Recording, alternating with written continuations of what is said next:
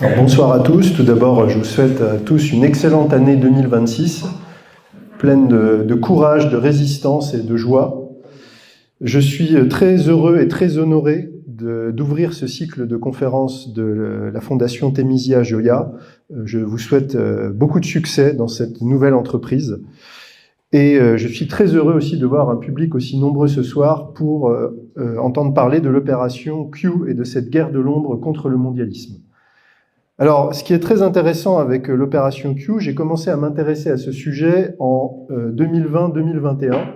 Et tout de suite, ce qui m'a frappé, c'était le discours contradictoire à ce sujet. C'est-à-dire que d'un côté, si on entendait les fact-checkers type Tristan Mendès France en France, on parlait de Q comme une théorie complotiste trumpiste d'extrême droite. Donc c'était absolument négatif. Et quand j'ai commencé à m'intéresser à ce sujet, il y avait comment je pourrais dire, j'ai commencé à parler de ça à des gens et les gens m'ont dit mais non, ne t'intéresse pas à ça, c'est quelque chose pour endormir la résistance, c'est pas un sujet sérieux. Et donc quand vous avez deux sources différentes qui vous disent des choses absolument contradictoires sur un sujet, c'est certainement qu'il y a quelque chose d'important à creuser sur celui-ci.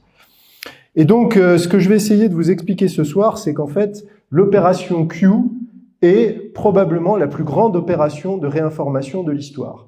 Et ce que je vais essayer aussi de vous montrer ce soir, c'est pourquoi une opération qui a commencé en octobre 2017, essentiellement à destination du public américain, eh bien, a une importance fondamentale pour comprendre ce qui se passe aujourd'hui dans le monde en 2026 et pourquoi elle nous concerne aussi bien en tant que Suisses et en tant que Français. Alors déjà, pour commencer, ça sera la première partie de cette conférence, on ne peut pas comprendre en fait ce qu'est l'opération Q si on ne comprend pas ce qu'elle vise, ce qu'elle cherche quel effet elle cherche à obtenir. Et l'effet qu'elle cherche à obtenir, c'est déjà d'ouvrir un nouveau front dans ce qui est une véritable guerre. Aujourd'hui, nous sommes au cœur d'une guerre, pas la guerre qui a été annoncée par Emmanuel Macron sur les plateaux de télévision à avril 2020, une véritable guerre qui vise le peuple, les peuples du monde, avec cette volonté, ça a été rappelé il y a quelques instants, de détruire nos libertés fondamentales.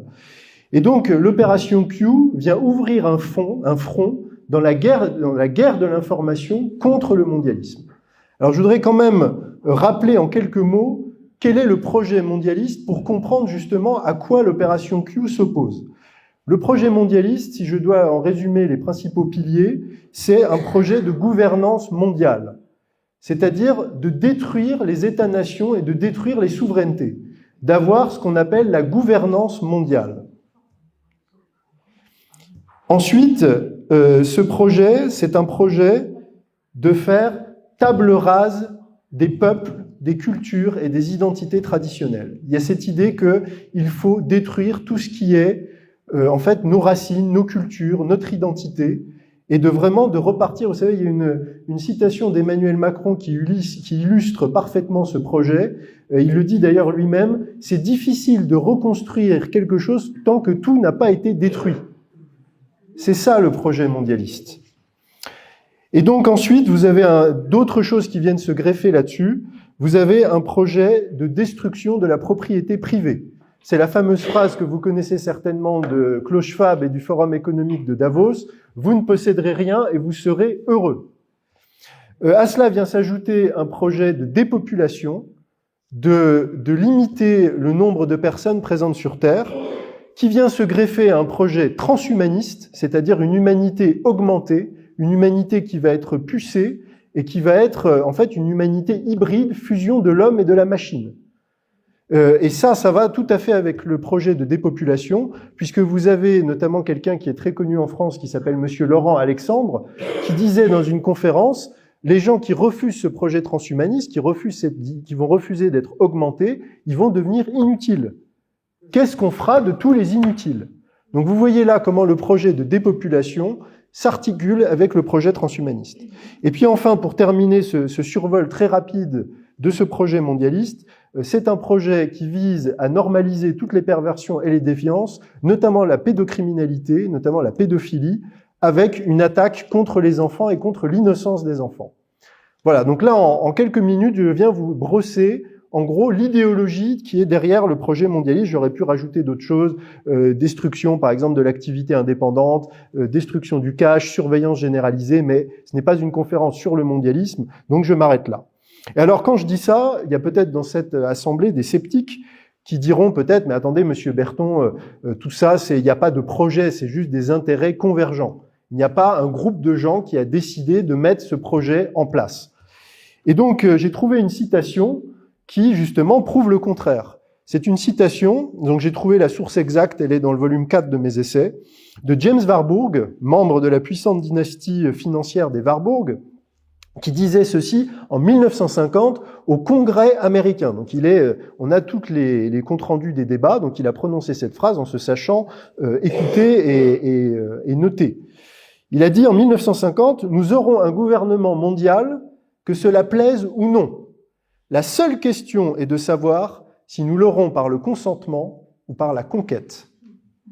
Et donc j'aime beaucoup cette citation parce que vous avez en une phrase les deux mamelles, enfin vous avez toute l'idéologie mondialiste, la gouvernance mondiale, et vous avez les deux mamelles, les deux piliers sur lesquels l'oligarchie mondialiste va s'appuyer pour faire advenir ce projet. Le consentement, qu'est-ce que c'est? C'est vous faire accepter, vous faire adhérer au projet mondialiste, je dirais sans que vous en ayez vous-même conscience. Et on va utiliser une technologie et une science qui s'appelle la science de l'ingénierie sociale.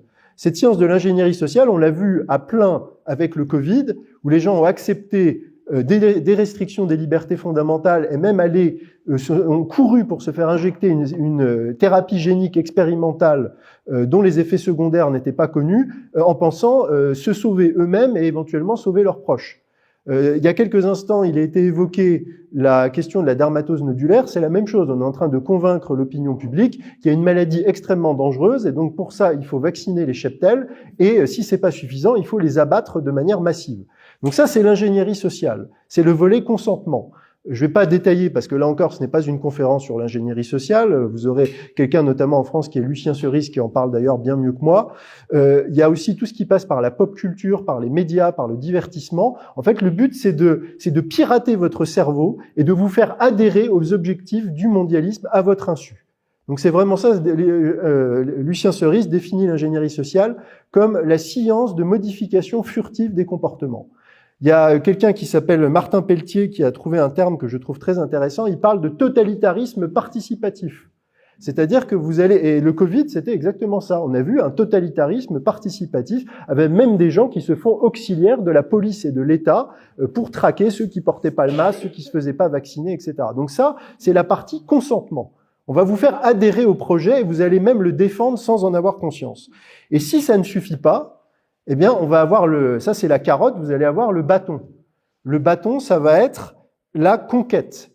C'est comment on va faire rentrer dans le rang les récalcitrants. Alors ça peut être les individus, on voit par exemple dans les questions avec les agriculteurs, là on envoie les quarts de CRS pour mettre au pas les paysans et abattre les troupeaux, mais ça peut aller jusqu'à la guerre, avec notamment cette fâcheuse manie qu'a l'armée américaine et l'OTAN d'aller bombarder les pays qui menacent le dollar ou qui menacent l'hégémonie américaine, et ça peut aller jusqu'à l'assassinat.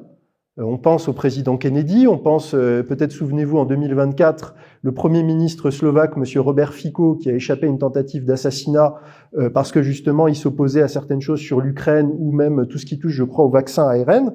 Donc ça peut aller très très loin.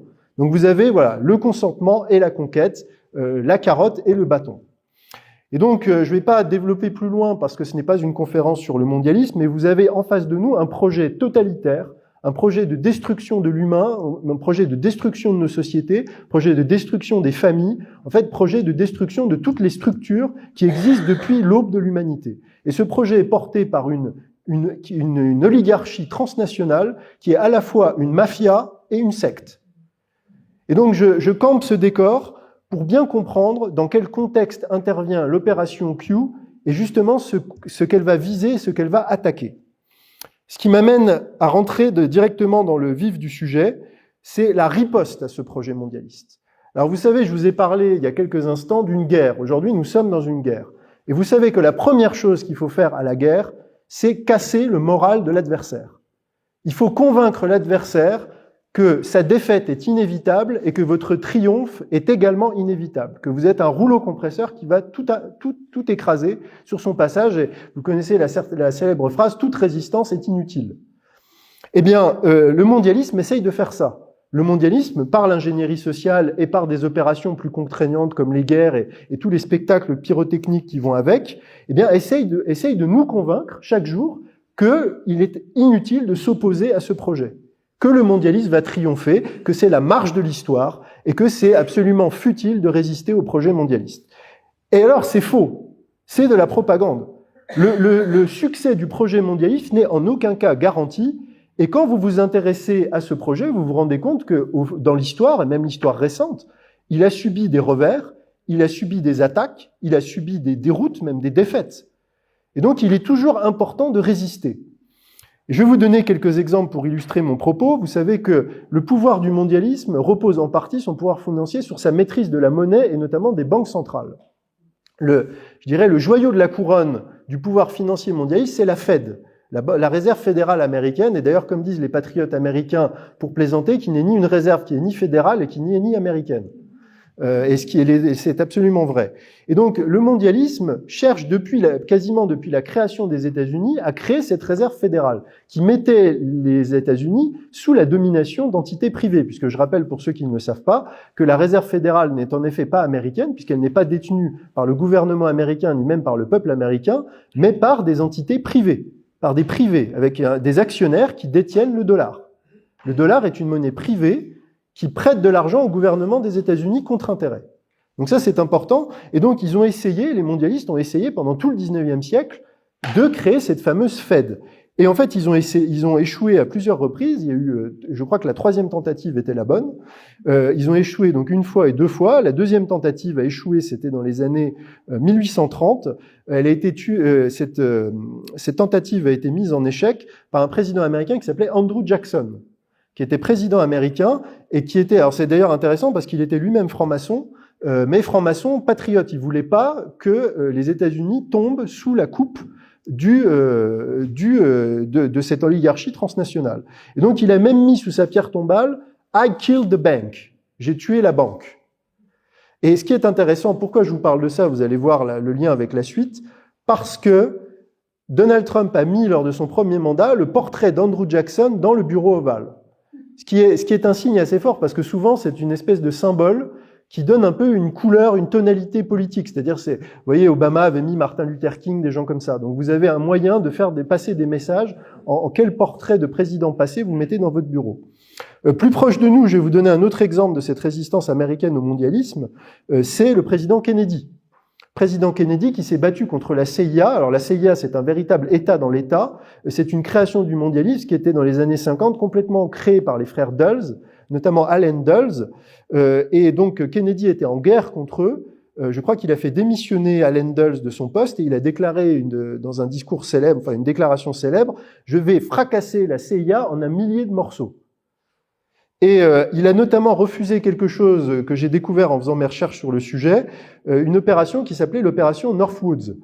Vous savez qu'à l'époque, on est en pleine crise avec Cuba, il va y avoir la crise des missiles en 63.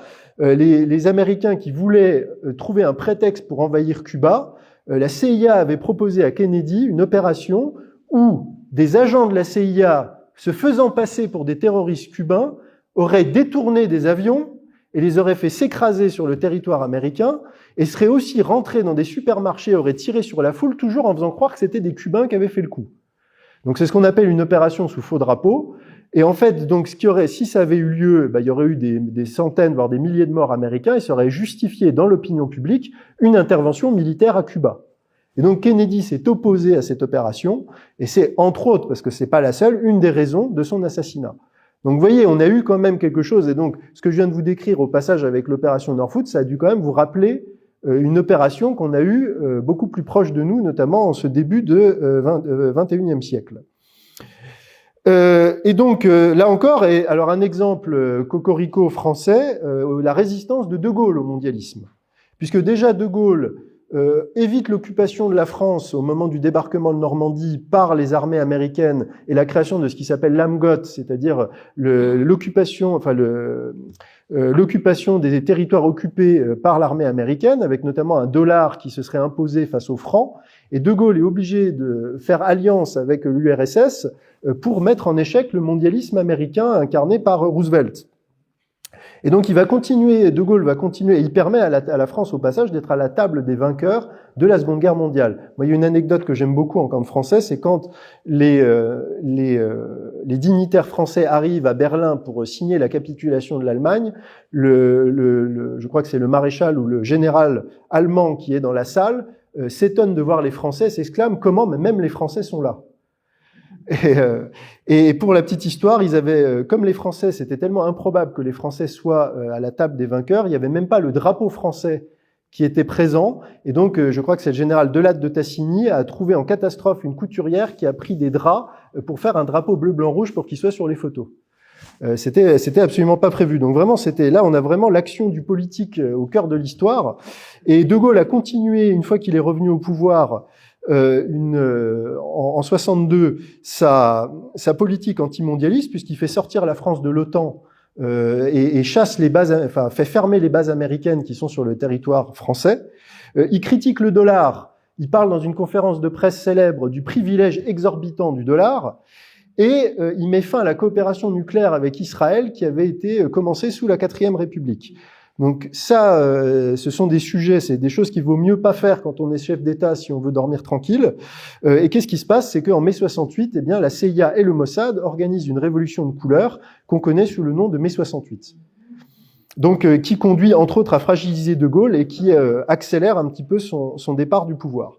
Donc je prends ces quelques exemples historiques aussi bien américains que français pour vous montrer que dans l'ombre et derrière les événements historiques, il y a déjà cette résistance au mondialisme et il y a cette guerre de l'ombre contre le mondialisme. Il y a des gens dans les services secrets, dans l'armée, dans la haute fonction publique, même chez les chefs d'entreprise, qui résistent au mondialisme et qui connaissent d'ailleurs les plans du mondialisme. Parce qu'aujourd'hui, on a cette diffusion des plans du mondialisme qui est quand même assez large, mais pendant des décennies, en fait, c'était connu que de quelques initiés, souvent en lien avec l'armée, avec les services secrets. Et donc, pour illustrer un petit peu cette idée de guerre de l'ombre, j'ai trouvé une citation formidable de quelqu'un qui s'appelle Zbigniew Brzezinski, qui est un des grands stratèges, notamment du mondialisme, un grand stratège géopolitique, alors qui a écrit ça dans un livre qui n'a jamais été traduit en français, qui s'appelle Entre deux âges. Et Brzezinski disait ceci, il disait « La technologie permettra aux dirigeants des principales nations du monde de mener une guerre secrète dont seul un tout petit nombre des membres de forces de sécurité sera averti. » Donc on a vraiment cette idée de guerre de l'ombre qui est tellement en coulisses qu'en fait le grand public et même une partie des décideurs politiques n'a pas conscience de l'existence de cette guerre. Alors avant de passer directement à l'opération Q, je vous livre quand même une réflexion qui vient de mon travail sur cette opération, c'est l'importance dans la marche du monde des services de renseignement. En fait, on dit souvent que c'est l'argent qui est le nerf de la guerre. Moi, je suis de plus en plus convaincu que le nerf de la guerre, c'est l'information. C'est le renseignement, et en fait, vous vous rendez compte que, en fait, le pouvoir, c'est l'information. Les gens qui ont le pouvoir, ils ont accès au renseignement, et ce sont véritablement les services de renseignement qui dirigent le monde. Et c'est pas juste aujourd'hui avec les moyens modernes. Je me suis intéressé pendant les vacances de Noël, je lisais des choses sur l'Angleterre d'Élisabeth Ier. D'ailleurs, à bien des égards, c'est une période où le mondialisme, les grandes dynasties mondialistes commencent à se consolider en Angleterre, et ça va donner l'Empire britannique par la suite, la Compagnie des Indes, etc. Vous avez un personnage central dans le règne d'Élisabeth Ier, c'est Francis Walsingham, qui est le maître espion d'Élisabeth Ier. Et quand vous lisez ce que fait Francis Walsingham, notamment pour affaiblir la monarchie française, qui est un de ses rivaux, vous avez exactement les mêmes méthodes qui sont appliquées encore aujourd'hui. Alors il n'y a pas les médias, il n'y a pas la technologie, mais il y a le cadre, je dirais, théorique est déjà posé. On parle aussi souvent des Rothschild. La force des Rothschild, c'est leur service de renseignement. Les frères Rothschild sont partis, vous savez, vous connaissez l'histoire du patriarche qui fait partir un frère à Londres, un frère à Paris, un frère à Vienne, un frère à Naples et un autre je sais plus où. En Hollande, oui, c'est ça, exactement. En fait, ça leur a donné un énorme service de renseignement. Ils se sont appuyés aussi sur les communautés juives pour avoir des infos sur tout ce qui se passait dans l'Europe entière et être informés avant tout le monde. Donc ça, c'est la puissance du réseau de renseignement des Rothschild. Et ensuite, ça a muté, c'est-à-dire que vous allez avoir la CIA, qui est en fait un instrument du mondialisme, donc c'est un service de renseignement, et vous allez avoir en Angleterre le MI6, qui est aussi un service de renseignement extrêmement puissant. Et ces services de renseignement vont recruter les gens les plus brillants. Ils vont recruter dans les grandes écoles, ils vont recruter dans les universités d'élite, et ils vont mettre ces gens au service du mondialisme, mais parfois sans que ces gens-là en aient conscience. Donc ça, c'est un point très important. En France, par exemple, j'ai découvert le rôle de quelqu'un qui s'appelait Jacques Bergier, qui a travaillé avec les services secrets gaullistes, qui a joué un rôle très important dans la fondation des services secrets français de l'après-guerre, et qui disait ça, qui dit, vous pouvez trouver une interview de Jacques Bergier sur Internet, qu'il a fait quelques années avant sa mort, donc c'est vraiment à la fin de sa vie, et il dit, en fait, les gens que vous connaissez, les De Gaulle, les Napoléon et même les Louis XIV, c'est pas eux qui ont le pouvoir, c'est les gens derrière, c'est les gens dans les coulisses. Et ces gens-là, en fait, vous ne saurez jamais comment ils s'appellent. Vous ne connaîtrez pas leur nom. Et donc, le journaliste fait un peu l'idiot. Il dit, ah bon, mais moi, je connais Louis XIV, Napoléon. Il dit, vous dites, c'est pas eux qui ont le pouvoir. Il dit, non, c'est pas eux qui ont le pouvoir. Eux, ils ont l'apparence du pouvoir, mais les gens qui ont les instruments du pouvoir réel, ce sont les gens qui sont dans les coulisses. Donc ça, c'est très important. Et en fait, ça nous amène au cœur du sujet. Et il précise aussi, oui, ça fait la transition avec ce que je vais vous dire, c'est que ces gens-là, comme ils sont des hommes de l'ombre, eh bien, ils ne peuvent pas exercer le pouvoir. Donc, ils vont avoir besoin de gens qui, eux, vont être dans la lumière. De gens qui vont être, entre guillemets, la face visible du pouvoir et qui vont être à la fois les gens auxquels les gens vont s'identifier et qui vont être les traducteurs de la politique qui vont leur souffler à l'oreille. Donc ça, c'est très important. C'est parce que les gens, parfois, sont un petit peu, je dirais, abattus en se disant, mais en fait, ça sert à rien puisqu'on a des gens en coulisses. Oui, mais il y a toujours quand même une interface. C'est que vous avez quand même des personnalités publiques qui vont incarner le pouvoir. Donc il y a quand même ce besoin de la personne de l'incarnation. Et ce qui m'amène au cœur du sujet, c'est l'élection de Donald Trump en 2016. Parce qu'en fait, Donald Trump, c'est ça. Donald Trump, quand vous écoutez les médias de masse, ils vous disent, ah oui, Donald Trump, il s'est levé un matin, il a décidé, il était milliardaire, il a un ego surdimensionné, il a décidé d'être président des États-Unis, voilà, parce que c'est son but final. Alors c'est peut-être vrai, mais derrière Donald Trump, il y a des gens qui ont porté Donald Trump au pouvoir. Et d'ailleurs, la source Q le dit dans un message, je vais y venir dans quelques instants, il y a des gens qui sont allés chercher Donald Trump. Il y a des gens qui ont dit à Donald Trump, présente-toi à la présidentielle, on est derrière toi. Tu vas avoir le soutien d'une partie de l'armée, des services de renseignement. Il faut savoir d'ailleurs que la famille Trump, est depuis très longtemps, collabore avec le FBI. Donc ils ont un accès aux services de renseignement. Il y a une vidéo que vous pouvez trouver sur Internet. C'est un ancien mafieux de New York. Alors son nom m'échappe, je l'avais pas noté. C'est un mafieux très connu qui dit, en fait, en gros, on a essayé de faire chanter Donald Trump, mais n'essayez pas, c'est pas une bonne idée, parce qu'en fait, Donald Trump, il embauche dans sa sécurité privée des gars du FBI. Donc des gars qui ont des contacts, qui connaissent déjà le métier, donc ils savent faire du renseignement, et ils ont encore tous leurs copains qui bossent pour le FBI. Donc si vous embêtez Donald Trump, que vous essayez de le faire chanter, il sort tout le dossier sur vous, et quand vous arrivez en réunion, il sait ce que vous avez fait le mercredi 14 à 18h. Donc vous comprenez tout de suite qu'il ne faut pas jouer avec lui. Donc vous voyez, Donald Trump s'est donné les moyens d'avoir justement ses contacts dans le milieu du renseignement. Alors ça, c'est pour Donald Trump, mais il faut savoir que les services de renseignement mondiaux et même américains utilisent beaucoup Internet et les réseaux sociaux. Parce que c'est très bien, ça permet de diffuser l'information et ça permet aussi de le faire de manière beaucoup plus confidentielle. Parce que quand vous faites passer un message, vous voyez bien, vous pouvez identifier le destinataire. Quand vous rencontrez une personne, vous savez à quoi elle ressemble physiquement. L'intérêt d'Internet, c'est qu'on peut faire passer certains messages et les diffuser déjà dans une masse énorme d'informations et les diffuser de manière anonyme et relativement confidentielle. Et ça, c'est tout l'intérêt notamment d'un forum qui s'appelle 4chan. Je ne sais pas si certains d'entre vous ont entendu parler de ce forum. C'est un forum qui est très connu dans la communauté, notamment dans la communauté des geeks.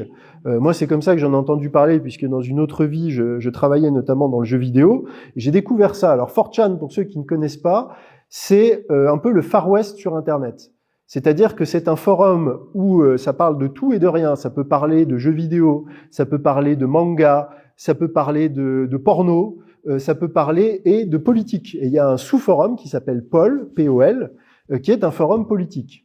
Et donc c'est en fait un vrai Far West où le pire côtoie le meilleur. C'est vraiment, vous allez avoir des discussions extrêmement provocantes, voire racistes, vulgaires, tout ce que vous voulez. Et de temps en temps, vous allez avoir des sources qui vont aller poster une information intéressante.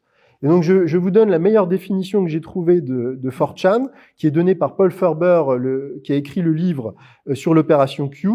Il dit « Libre de toute censure et de toute contrainte sociale liée au respect du politiquement correct, les utilisateurs de ce forum forgèrent leur propre sous-culture, aussi impitoyable que complexe, et caractérisée par la vérité, l'empirisme et une énergie presque illimitée consacrée à un travail d'investigation sophistiqué. » Et donc ça, c'est ce que vous voyez, c'est qu'en fait, quand 4chan s'intéresse à un sujet, vous allez avoir des milliers ou en tout cas des centaines de gens dans le monde qui vont 24 heures sur 24 creuser le sujet, aller lire les articles de presse, faire des recherches, même regarder sur Google Maps, etc. Et quand vous voyez 4chan à l'œuvre, franchement, c'est impressionnant. Quand vous voyez en temps réel comment ils fact-checkent les choses et comment ils vont creuser, c'est absolument passionnant. Et donc, c'est sur ce forum qu'une source anonyme commence à poster le 28 octobre 2017, avec un message, parmi d'autres, parmi ces milliers de messages, qui disait ceci. Le président a toutes les cartes en main. Tout le monde n'est pas corrompu, moins que vous le pensez. Suivez Ouma, opération Mockingbird. La priorité est se débarrasser des personnes corrompues afin d'unir le peuple derrière le programme America First. Beaucoup de membres de notre gouvernement vénèrent Satan. À ce stade, il ne s'agit pas d'une question de républicains contre démocrates. Où est Hillary Rodham Clinton? Pourquoi la garde nationale a-t-elle été mobilisée dans 12 villes? Faites confiance à votre président, que Dieu vous bénisse, patriotes. Et donc là, ce que je viens de vous lire, c'est un des premiers messages de la source Q, donc qui poste le 28 octobre 2017. Et donc vous voyez, je crois que c'est son 4e message. Vous avez un message qui est très riche et qui est déjà un peu cryptique d'une certaine manière, parce qu'il y a des références peut-être que vous ne connaissez pas. Par exemple, il dit « Suivez Ouma ». Ouma, qui est Ouma, H-U-M-A, c'est Huma Abedin, c'est le bras droit d'Hillary Clinton. Il parle de l'opération Mockingbird. Alors là, tout de suite, vous voyez, les gens un peu informés se disent « Tiens, l'opération Mockingbird, c'est une opération de la CIA qui, à partir des années 50, met sous tutelle les 400 principaux journalistes américains. C'est-à-dire que la CIA contrôle complètement la diffusion de l'information aux États-Unis. » Alors, on connaît cette opération puisqu'elle a été révélée en 75 par une commission d'enquête qui s'appelait la commission Church. Alors, bien sûr, croix de fer, la CIA jure que depuis 75, elle ne contrôle plus le journalisme. Donc, on vous demande de bien vouloir la croire. Vous voyez, on retrouve déjà l'idée l'Amérique d'abord, America First. On retrouve une information qui est quand même assez surprenante. Beaucoup de gens de notre gouvernement vénèrent Satan. Alors ça, j'y reviendrai dans la dernière partie de cette conférence, sur la partie plus surnaturelle. Et donc, en fait, c'est là où l'opération Q commence à se mettre en place. Alors bien sûr, les gens sur 4chan commencent à dire « mais qu'est-ce que c'est que ce truc? C'est qui ce type qui nous raconte ça ?» Donc tout de suite, les gens sont quand même... Aujourd'hui, il y a beaucoup de gens qui dépeignent les gens qui suivent Q comme un peu des doux illuminés, des complotistes, crédules. Je peux vous dire que quand vous regardez les échanges, parce qu'on a encore, les pages web existent toujours, hein, donc vous pouvez voir les gens, au départ, les gens étaient là, mais qui t'es, Q, t'es encore un comique, qu'est-ce que tu nous racontes, c'est quoi ces salades? Donc il y avait vraiment un scepticisme, parce que sur 4chan, n'importe qui peut poster n'importe quoi. Et comme l'explique Paul Ferber dans le livre, c'est ce que des gens font. Les gens inventent des histoires, ça s'appelle l'ARPing, c'est-à-dire le jeu de rôle en temps réel, c'est de raconter des histoires invraisemblables et d'essayer de le faire croire aux gens. Donc les gens étaient critiques au départ de Q. Et en fait, Q a commencé par apporter des preuves de sa crédibilité. A dit par exemple, alors il y a tout un ensemble, il y a tout un truc qui s'appelle les Q-proofs, c'est-à-dire les preuves de Q. Je vais pas vous rentrer dans le détail, parce qu'il y en a vraiment beaucoup, mais ce que arrive à prouver Q assez rapidement, c'est qu'il y a une proximité réelle avec avec Trump et avec l'administration Trump. Par exemple, Q dit, voilà, Donald Trump va s'exprimer sur tel sujet, et Trump le fait. Q dit, par exemple, il y a un événement assez connu, où Q dit on va faire sauter le compte Twitter du président. Et en effet, le compte Twitter du président saute quelques heures après. Il y a une suspension qui dure, je crois, un quart d'heure, 20 minutes ou une heure, et c'est annoncé par Q plusieurs heures à l'avance. Alors la preuve quand même la plus spectaculaire, c'est la purge de novembre 2017 en Arabie Saoudite. Parce qu'en fait, ce qui se passe, c'est que je ne sais pas si vous le savez, mais le 5 novembre 2017, il y a une purge, alors présentée comme une purge anticorruption en Arabie Saoudite. Vous avez Mohammed Ben Salman, donc le prince héritier, qui arrête énormément de gens très puissants en Arabie Saoudite, des gens haut placés, des responsables des services de sécurité, des milliardaires, notamment le prince Al-Walid Ben Tawal, les suspendent par les pieds à des crochets dans les sous-sols du Hilton et leur font cracher leur compte en Suisse. C'est en les tabassant jusqu'à ce qu'ils les donnent. Il récupère 500 milliards en 72 heures. Donc pour vous donner une idée de l'ampleur de la chose. Et donc ça, c'est annoncé par Q à l'avance. Alors, pas dit comme ça, parce que ça serait dangereux, on ne divulgue pas une opération d'une telle importance à l'avance. Mais en fait, Q, et tout est expliqué dans le livre, je ne vais pas rentrer dans le détail, parce que en plus c'est un peu technique, mais en fait, Q structure l'information pour dire il y a quelque chose d'énorme qui va se passer prochainement. Et en fait, tout le monde croit que ça va avoir lieu aux États-Unis. Et en fait, le jour D arrive, il parle de la garde nationale, il parle notamment de Houma. Et en fait, tout le monde croit que ça va se passer aux États-Unis, c'est un vendredi. Le vendredi arrive, rien ne se passe. Donc là, les gens sur ce qu'on appelle les Anons vont aller voir Q et lui dire « Mais en fait, tu nous as raconté des salades, il s'est rien passé. » Et Q dit « Hé les gars, il s'est passé quoi en Arabie Saoudite là? Regardez tout ce que je viens de vous dire depuis quelques jours, et appliquer ça à l'Arabie Saoudite. En fait, je viens de vous prédire exactement ce qui s'est passé en Arabie Saoudite. Et pour un peu enfoncer le clou, il y a une photo très célèbre, je l'ai reproduite dans les annexes du livre, où quelques jours plus tard, vous allez avoir à bord d'Air Force One Trump qui est assis à son bureau donc dans l'avion présidentiel, et il y a tous ses conseillers autour de lui, et en fait, ils font tous comme ça avec leurs pouces. Et en fait, quand vous reliez tous les pouces et que vous avez le pouce de Trump qui est en bas, ça fait un Q. Le Q, la branche du Q dirige sur un journal qui est sur le bureau de Trump, et la une du journal, c'est arrestation en Arabie Saoudite. Et le nom du fichier, parce qu'il y a aussi ça, le nom du fichier de la photo, le nom du fichier commence par do it Q. Et après, W, mais donc vous voyez, c'est quand même une preuve assez puissante. Et alors oui, il y a quand même quelque chose que j'aurais dû dire avant de commencer d'expliquer quand je parlais de Q, c'est on parle de QAnon. Vous avez sûrement entendu parler de ça. En fait, d'où ça vient, QAnon? C'est en fait la source Q et les anonymes sur le forum. Donc en anglais, Anon, Anonymous. En fait, ça a donné QAnon. Mais en fait, quand les médias vous parlent de QAnon, ça n'existe pas. Il n'y a jamais personne, Q n'a jamais dit « je suis QAnon ». Il n'y a jamais personne sur le forum 4chan qui a dit « nous sommes QAnon ». En fait, il y a la communauté des Anons qui analysait Q. Voilà. Et après, j'y reviendrai dans la deuxième partie. Il y a eu cette construction qui s'appelait QAnon. Et donc, c'est quand même assez incroyable cette histoire en Arabie Saoudite. Je reviens là-dessus parce que déjà, ça prouve la source Q, quand même sa véracité. Et surtout, ce que dit Q, qui est quand même incroyable, c'est qu'il dit cette opération elle est d'une importance capitale parce que pour la première fois dans l'histoire, il y a le triangle du pouvoir mondialiste qui est en train de tomber. Et il dit le triangle du pouvoir mondialiste, c'est quoi? C'est les Saouds, c'est la famille Saoud en Arabie Saoudite, c'est les Rothschild et c'est Soros. Soros s'occupe de l'opérationnel, donc c'est-à-dire tous les réseaux, Black Lives Matter. Et il dit pour la première fois dans l'histoire, cette phase vient d'être neutralisée. Donc c'est quand même extraordinaire. Et donc ça, on est en 2017. Et en fait, donc Q va continuer. Donc là, on est en octobre 2017 et Q va continuer à poster pendant plusieurs mois jusqu'à la fin de l'année. Alors, je vais pas rentrer dans le détail de tout ce que dit Q, parce qu'en plus, tout est dans le livre et il y a trop de choses. Mais en gros, pour vous donner un peu les grandes rubriques, pour vous donner un petit peu les grands thèmes, il parle beaucoup les dessous de la politique américaine. C'est vrai qu'il y a un ancrage très fort de Q sur ce qui se passe aux États-Unis, et il parle notamment beaucoup de la corruption des clans Clinton et Obama, ce qui s'est passé sous Clinton et Obama. Et donc, il y a une citation que je vous donne. Il dit, donc ça c'est le 31 octobre, il y a plus de bonnes personnes que de mauvaises. Les magiciens et les sorciers ne permettront pas, je cite, à une autre petite merde satanique de contrôler notre pays. Vous devez avoir conscience que Soros, Clinton et Obama sont contrôlés par 3 familles. La 4e a été neutralisée suite à la victoire de Trump. Donc il parle de tout ça. Il parle déjà à l'époque de l'affaire Epstein, de l'île d'Epstein. Il dit dans un message, île d'Epstein, qu'est-ce qu'un temple? Parce qu'il y a un temple sur l'île d'Epstein. Que se passe-t-il dans un temple? Qui y est vénéré? Que signifient les symboles? Et combien y a-t-il de niveaux en dessous du temple? Et en effet, si vous regardez les photos, parce qu'on a des photos satellites de l'île d'Epstein, il semblerait qu'il y ait tout un réseau de tunnels sous l'île d'Epstein. Donc, qu'est-ce qu'il y a dans les tunnels? Et pourquoi tous ces tunnels sont reliés au temple? Donc, il parle de ça. Au passage, je fais une petite parenthèse. Trump veut faire des grands travaux à Washington, notamment Washington DC.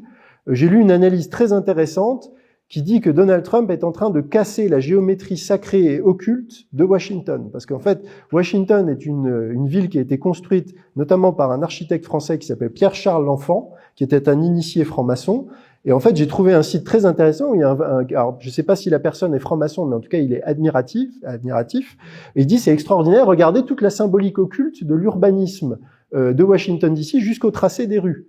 Et un autre exemple de ça, c'est le fameux obélisque, vous savez, qui est sur le mall, avec le plan d'eau, et qui se reflète parfaitement dans le plan d'eau. Et ça, c'est un principe occulte, c'est la tablette d'émeraude, c'est ce qui est au-dessus et comme ce qui est en dessous. Donc vous avez le truc qui se reflète parfaitement. Vous avez la même chose à Paris, avec la pyramide du Louvre, qui est comme ça, et vous en avez une autre qui est comme ça en dessous. Petite parenthèse au passage, pour ceux qui ne le savent pas, François Mitterrand a fait la même chose, a fait un urbanisme et une géométrie sacrée occulte dans ses grands travaux à Paris. Vous avez les colonnes du palais de Buren, vous avez la pyramide du Louvre, vous avez l'obélisque de la Concorde, alors ça c'est récent mais c'est aussi un symbole, et vous avez la grande arche de la Défense à la fin. Et tout ça, c'est une géométrie occulte qui a, il faut dire les choses, a consacré Paris à des forces occultes et à Satan. Donc, il y a un livre qui explique bien ça. Alors, c'est introuvable en physique, mais vous pouvez le trouver sur Internet, d'Emmanuel Ratier, qui s'appelle François Mitterrand, grand architecte de l'univers. Donc, vous avez vraiment, en fait, l'idée d'inscrire. Vous avez la même chose à Londres, vous avez ça, vous avez la même chose dans beaucoup de villes. Donc, il y a l'urbanisme, et donc ça, c'est le cas à Washington. Donc il y a ça, et vous avez bien sûr les coulisses de cette guerre de l'ombre contre le mondialisme, dont je vous parlais avec cette lutte des services de renseignement. Et il y a notamment un message très important et très célèbre qui dit ceci: et si la Chine, la Russie et d'autres se coordonnaient avec Trump pour combattre le nouvel ordre mondial. Et c'est intéressant parce que cette phrase, bon, elle est comme ça, on peut dire Q dit ce qu'il veut. Mais ce qui est complètement dingue, c'est que l'année dernière, le 2 octobre 2025, vous avez eu Kirill Dmitriev, que peut-être certains d'entre vous connaissent, qui est un envoyé spécial de Vladimir Poutine, qui est le PDG du Fonds souverain russe, qui a retweeté ce message de Q. Et il l'a retweeté, je veux dire, texto. Il a fait une capture d'écran de l'archive et il a mis ça sur son scooter. J'ai vérifié 15 fois que c'était pas un compte bidon, que c'était le vrai compte. Et en effet, il a bien posté ça. Donc vous avez quand même quelqu'un qui est dans le premier cercle du pouvoir russe qui retweet: est-ce que la Russie, la Chine et d'autres se coordonneraient pas avec Trump pour combattre le nouvel ordre mondial? Intéressant tout de même. Il y a un film, je fais une petite parenthèse, il y a un film qui donne déjà une piste de ça, qui est sorti dans les années 2000, ça s'appelle La somme de toutes les peurs. C'est un film qui raconte comment des services secrets patriotes russes et chinois se battent contre des fascistes mondialistes qui veulent faire exploser une bombe nucléaire aux États-Unis, faire porter le chapeau à la Russie pour que les États-Unis entrent en guerre avec la Russie. 2002. Je regardais ce film, c'est un film très intéressant, d'autant plus intéressant qu'à la fin du film, alors comme c'est américain, je vous fais un peu un spoiler, mais ça se termine bien, et il y a un air d'opéra qui s'appelle Nessun Dorma, qui est joué à la fin du film dans une séquence un peu clé où en gros les méchants sont punis, et c'est quelque chose qui a été utilisé très souvent par Trump dans sa campagne. L'autre fois, il a reçu Ben Salman à la Maison-Blanche, il a fait jouer ça avant le repas. Donc et Q fait souvent référence dans certains messages à la somme de toutes les peurs. Donc je pense que ce film est une clé de cette coopération de l'ombre entre les services russes patriotes et les services américains russes, et qui date pas de Trump, qui est bien antérieur. Et voilà, et à la fin du film, enfin je vais pas vous raconter la fin, mais à un moment il y a un personnage qui dit restons en contact parce que c'est bien que les gens de bonne volonté se connaissent pour éviter le désastre. Donc voilà, et c'est un Russe qui dit ça à un Américain. Donc voilà, il y a toute cette idée de la guerre de l'ombre. Alors une question que beaucoup de gens, et peut-être que beaucoup d'entre vous se posent ce soir, c'est mais en fait, qui c'est ce fameux Q? C'est qui cette source en fait? Qu'est-ce qu'on sait de cette source? Alors, en fait, on ne sait pas. Il n'y a jamais personne qui a dit ah oui, en fait, voilà, grande révélation, je suis Q. Personne ne l'a dit. Il y a eu beaucoup de spéculations. Alors, si vous lisez qui est l'identité de Q sur Google, vous allez avoir tout et n'importe quoi. On va vous dire que c'est Ron Watkins qui était le gars qui gérait le forum 8chan, parce qu'en fait, après, Q est parti de 4chan pour aller sur un autre forum qui s'appelle 8chan, avec le même mode de fonctionnement. Certains vont dire que c'est Paul Farber, l'auteur du livre. C'est ce que disent les IA. D'autres disent que voilà, enfin, vous avez plein de théories un peu délirantes. Je pense qu'aucune de ces théories n'est bonne, surtout pas celle qui dit que Paul est l'auteur de Q, parce que pour dire ça, il s'appuie sur une analyse sémantique et sémiologique. Et en fait, ce qui est rigolo, vous savez, c'est comme avec les études sur le Covid ou l'hydroxychloroquine. Ils disent oui, nous affirmons avec certitude que Paul Farber est Q parce que nous sommes des spécialistes de l'université. Je me demande si c'est pas de Fribourg d'ailleurs. Et en fait, après, vous regardez tout en bas dans les notes de bas de page. Oui, mais nous reconnaissons qu'il y a quand même un biais dans l'échantillon. Non mais voilà, et c'est du délire, et Paul a répondu ça avec humour dans un des textes. Il a dit, il faudra qu'on m'explique comment moi qui suis informaticien à Johannesburg, qui a un job d'informaticien à temps plein, j'ai réussi à poster H24 pendant 3 mois, à prédire les mouvements du président Trump, à anticiper sur certaines déclarations, et même il y a une fois où Q montre qu'il arrive à espionner le Vatican. Donc Paul dit, j'aimerais bien qu'on m'explique comment j'ai réussi à faire tout ça. Donc voilà. Donc en fait, on ne sait pas. Tout ce qu'on peut savoir, c'est que c'est probablement des gens du renseignement, probablement de la NSA ou du Secret Service. C'est-à-dire le Secret Service, ce sont les gens qui protègent le président des États-Unis. C'est l'équivalent de la garde présidentielle, enfin du groupement de gendarmerie de la République en France. Parce qu'en fait, dans les messages de Q, vous le verrez si vous lisez le livre, en fait, il y a un conflit, ce qui ressort entre les lignes et en coulisses, c'est un conflit entre la CIA, qui est un élément mondialiste, et la NSA qui serait apparemment aux mains des patriotes. Donc il y a une espèce de guerre entre les services de renseignement. Et dans un message connu, Q dit « Moins de 10 personnes ont la vision d'ensemble. Et parmi ces 10 personnes, seuls 3 sont des civils. » Donc voilà, c'est la parole de Q. Après, il peut raconter ce qu'il veut. Mais alors moi, j'ai fait l'hypothèse, et j'ai pas été le seul d'ailleurs, que parmi ces 3 personnes, il y a probablement Donald Trump, qui n'est pas un militaire, même s'il est Commander-in-Chief, mais il est quand même pas militaire de carrière, donc probablement un, peut-être sa femme Melania, et le 3e, voilà, qui serait l'identité du 3e civil. On ne sait pas, peut-être un haut fonctionnaire ou quelqu'un voilà, qui travaille à haut niveau pour le gouvernement américain. Voilà, donc en tout cas, il y a une chose qui est certaine, c'est que il y a un degré de sophistication dans l'opération Q qui rend très peu probable le fait que ça soit quelque chose qui a été fait par des civils, ou même, comme on dit certains, un plaisantin qui habite chez sa mère, voilà, et qui fait ça de sa chambre, quoi. Dans le livre, alors c'est pas Q qui le dit, mais Paul donne un témoignage de quelqu'un qui se présente comme membre des services de renseignement, qui dit « Je bosse dans le renseignement, ce que ce gars est en train de faire, vous vous rendez pas compte, mais c'est complètement dingue. » Et il nous donne, parce qu'il y a des fois où Q donne des espèces de codes qui sont incompréhensibles, il dit les codes qu'il utilise, ce sont des codes que nous, on utilise en interne. Donc, il nous prouve que c'est un gars de la maison. Vous le savez pas parce que vous êtes des civils, mais nous, du renseignement et de l'armée, on sait que les codes qu'il utilise, ce sont des codes que nous, on utilise en interne. Donc, il nous prouve sa crédibilité en utilisant ces codes-là. Voilà. Donc, c'est ce que je peux vous dire. Alors, ce qui est important pour terminer sur ce point, c'est que, bien sûr, ces divulgations d'informations massives ne sont pas restées sans réaction. Q dit souvent, nous sommes en train d'être attaqués.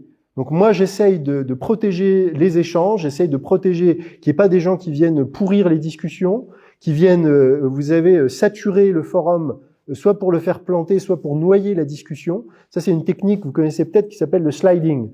Par exemple, si vous savez, les forums postent, c'est le dernier message posté qui apparaît en premier. Donc, par exemple, si vous voulez empêcher quelqu'un de lire un message de Q, bah, vous écrivez pipi caca prout, salut les gars, et en fait, vous en écrivez 100 comme ça, et en fait, le message de Q, il est noyé, et puis personne ne le trouve. Donc, il y a des attaques de ce genre qui ont lieu. Et en fait, ça monte en puissance au fur et à mesure, parce que Q commence fin octobre, ça monte en puissance en novembre, il y a l'histoire avec l'Arabie Saoudite début novembre, ça monte, et en fait, on arrive en décembre, et là, la pression est vraiment énorme. Et Paul le raconte très bien dans le livre, il raconte tout ça, parce qu'il le vit au jour le jour. C'est de plus en plus dur de poster sur 4chan. Q dit, on essaye de craquer mon mot de passe, parce qu'en fait, je rentre pas dans les détails techniques, mais pour poster sur 4chan, il faut avoir un identifiant, il faut un mot de passe, ce qui s'appelle c'est après le trip code. Enfin, il y a tout un back-office, on va dire, technique. Et en fait, Q dit, voilà, on est en train d'essayer de casser ce qu'il y a derrière pour pirater mon compte, pour que je ne puisse plus vous parler directement ou que quelqu'un se fasse passer pour moi, etc. Et donc il y a un moment où en fait Paul a un peu une espèce d'anticipation. Il se dit si jamais Q est piraté, il faut que je lui donne un compte de secours. Donc il va créer un compte sur un autre site qui s'appelle 8chan et il crée un forum qui laisse comme ça dormir. Et en fait, au bout d'un moment, Q sent que 4chan ça devient trop dangereux, donc il bascule sur 8chan. Et en fait là, je vous résume ça très vite, mais Paul le raconte vraiment. Il y a plusieurs chapitres, c'est vraiment haletant en plus, c'est comme un thriller. Il raconte en fait comment il voit le piratage de Q en direct. C'est-à-dire à un moment, il voit, il y a toute une histoire avec l'administrateur qui lui raconte des salades, qui lui dit qu'il y a un truc sécurisé, enfin voilà. Et en fait, Q dit, je vois le code, ce qui s'appelle un trip code, qui permet d'identifier Q, que c'est bien la source Q, changer. Et là, il dit, moi, en tant que administrateur du forum, je ne peux plus garantir que la personne qui poste est le Q originel. Et là où ça devient intéressant, et c'est ce qui est raconté dans le livre, en fait, tout d'un coup, il y a tout le monde qui se tourne contre lui, qui dit « mais qu'est-ce que tu racontes ? Bien sûr que c'est le vrai, regarde, pourquoi tu affabules, etc. » Et en fait, il y a toute une partie de gens qui vont se tourner contre Paul et l'attaquer et dire de toute façon t'es juste jaloux qu'on t'ait piqué Q parce que c'était ton forum, etc. Et il y a l'administrateur du forum, donc le fameux Ron Watkins de 8chan qui va dire non mais n'écoutez pas Paul Farber. Enfin, il y a une espèce d'effort coordonné pour dire en fait maintenant n'écoutez plus Paul Farber, Q est là et c'est le seul vrai Q. Et peut-être là il y a une psychiatre dans la salle, c'est intéressant parce que vous savez que la première chose que souvent font les manipulateurs, c'est de dire couper tout contact avec l'extérieur. Et en fait, c'est exactement ce que fait ce nouveau Q. Il dit non, aucune communication avec l'extérieur, n'écoutez pas tous ceux qui prétendent parler au nom de Q. Et en fait, c'est exactement ce qui se passe, alors qu'en fait, on a beaucoup d'exemples de communication de Q avec l'extérieur. Q parle à Paul Farber, Paul remercie Paul Farber dans un message, et donc en fait, Paul dit, voilà, il y a un piratage de la source Q.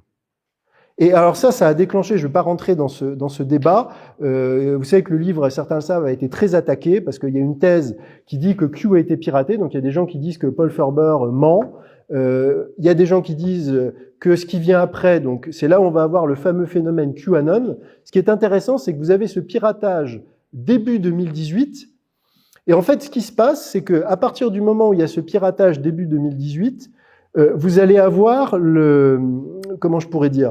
vous allez avoir les médias qui vont s'emparer du sujet, c'est-à-dire que tout le monde va commencer à parler de QAnon, etc., alors qu'avant, ils n'en parlaient pas. Et donc, c'est ce que moi je développe cette thèse dans mon livre, c'est est-ce qu'en fait, il n'y a pas une opération de pirater Q et en même temps de faire connaître ce nouveau Q sous le terme QAnon, ce qui serait une technique standard de manipulation. Enfin, c'est quelque chose qu'on fait dans les services de renseignement. C'est assez classique.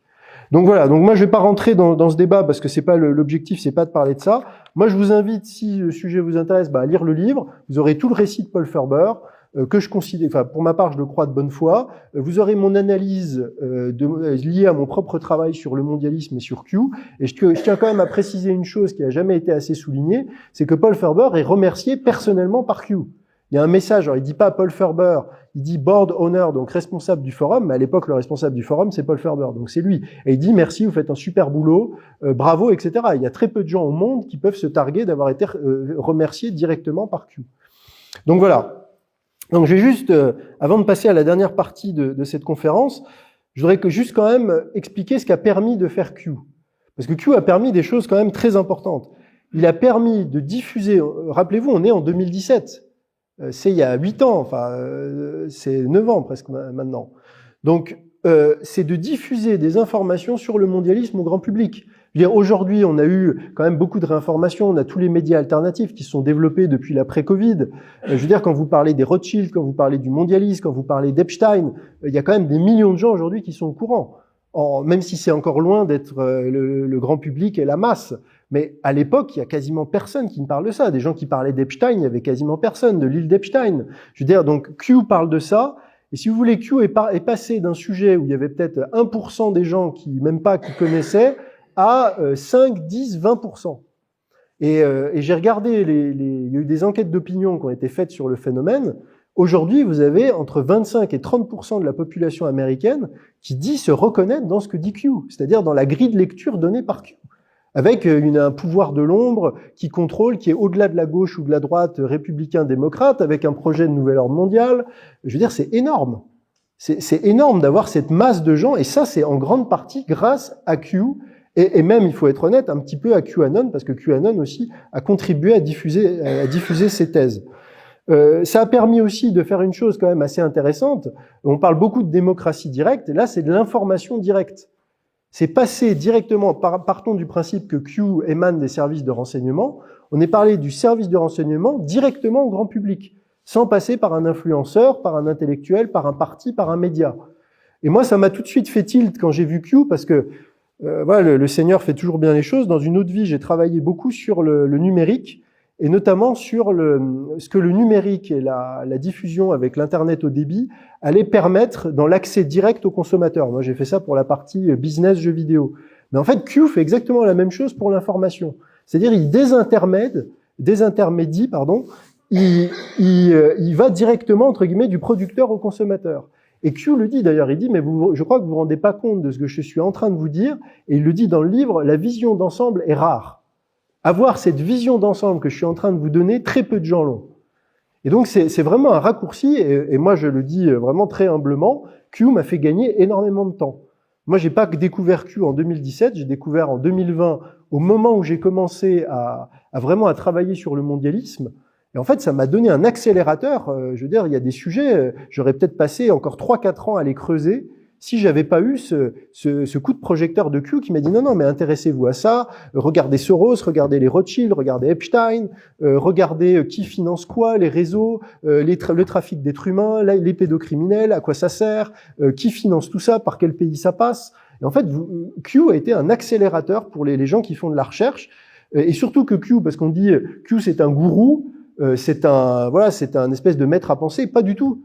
Q dit faites vos propres recherches. Moi, je vous donne les pistes, je vous donne le fil, après c'est vous qui tirez sur la pelote. Et même des fois, c'est rigolo, parce que il y a des moments où Q dispute, voire engueule les Anons. Je leur dis, non mais les gars, là, vous pigez rien, là. Là, je vous donne des trucs, moi, je peux pas vous en dire de manière plus évidente, quoi. Connectez, quoi. Et des fois, ils trouvent pas, ils disent, bon, ok, allez, je vous aide. Et ils donnent plus d'infos, etc. Et donc, c'est vraiment fascinant. Et alors... il y a aussi une chose, c'est que les gens disent, ah oui, là vous savez, vous avez peut-être entendu la blague, c'est pas trust the plan, donc trust de plan en français, en bon français. Les gens disent trust de flanc. Ça veut dire il y a rien qui se passe. En fait, Trump nous promet monts et merveilles, il y a rien qui se passe, mais c'est pas vrai. C'est pas vrai du tout. Quand vous observez les choses, il y a plein de choses qui se passent. Il y a notamment l'année dernière, il y a eu le démantèlement de l'USAID, qui était quand même le bras armé du mondialisme. C'était un truc avec 40 milliards de budget par an, et ça a été démantelé à 83%. Et aujourd'hui, je peux vous dire que quand vous écoutez beaucoup d'officines, ils sont comme ça parce qu'ils ont perdu leur source de financement, et c'est pour ça d'ailleurs qu'ils sont en train de demander à la Commission européenne et à l'Europe d'aller financer tout ça, parce qu'ils ont perdu leur fonds américain. Donc ça, c'est une conséquence concrète. Aux États-Unis, vous avez la liquidation de tous les réseaux Antifa et des réseaux Soros. Des réseaux Black Lives Matter, des réseaux Antifa. Moi, je me suis dit, il y a un truc qui se passe. C'est, vous savez, en 2022, il y a eu la révocation de l'amendement Roe versus Wade. C'était l'amendement le jugement, pardon, qui protégeait l'avortement au niveau fédéral. Et en fait, ça, quand vous connaissez un peu l'histoire, ça avait toujours été considéré comme une ligne rouge par le mondialisme. C'est-à-dire, en gros, Soros avait dit, on sait que c'est bancal juridiquement, ce truc-là, ça tient pas la route, n'importe quel juge honnête va dire qu'on peut le retoquer. Et en fait, mais le jour où vous touchez à ça, vous avez une guerre civile aux États-Unis.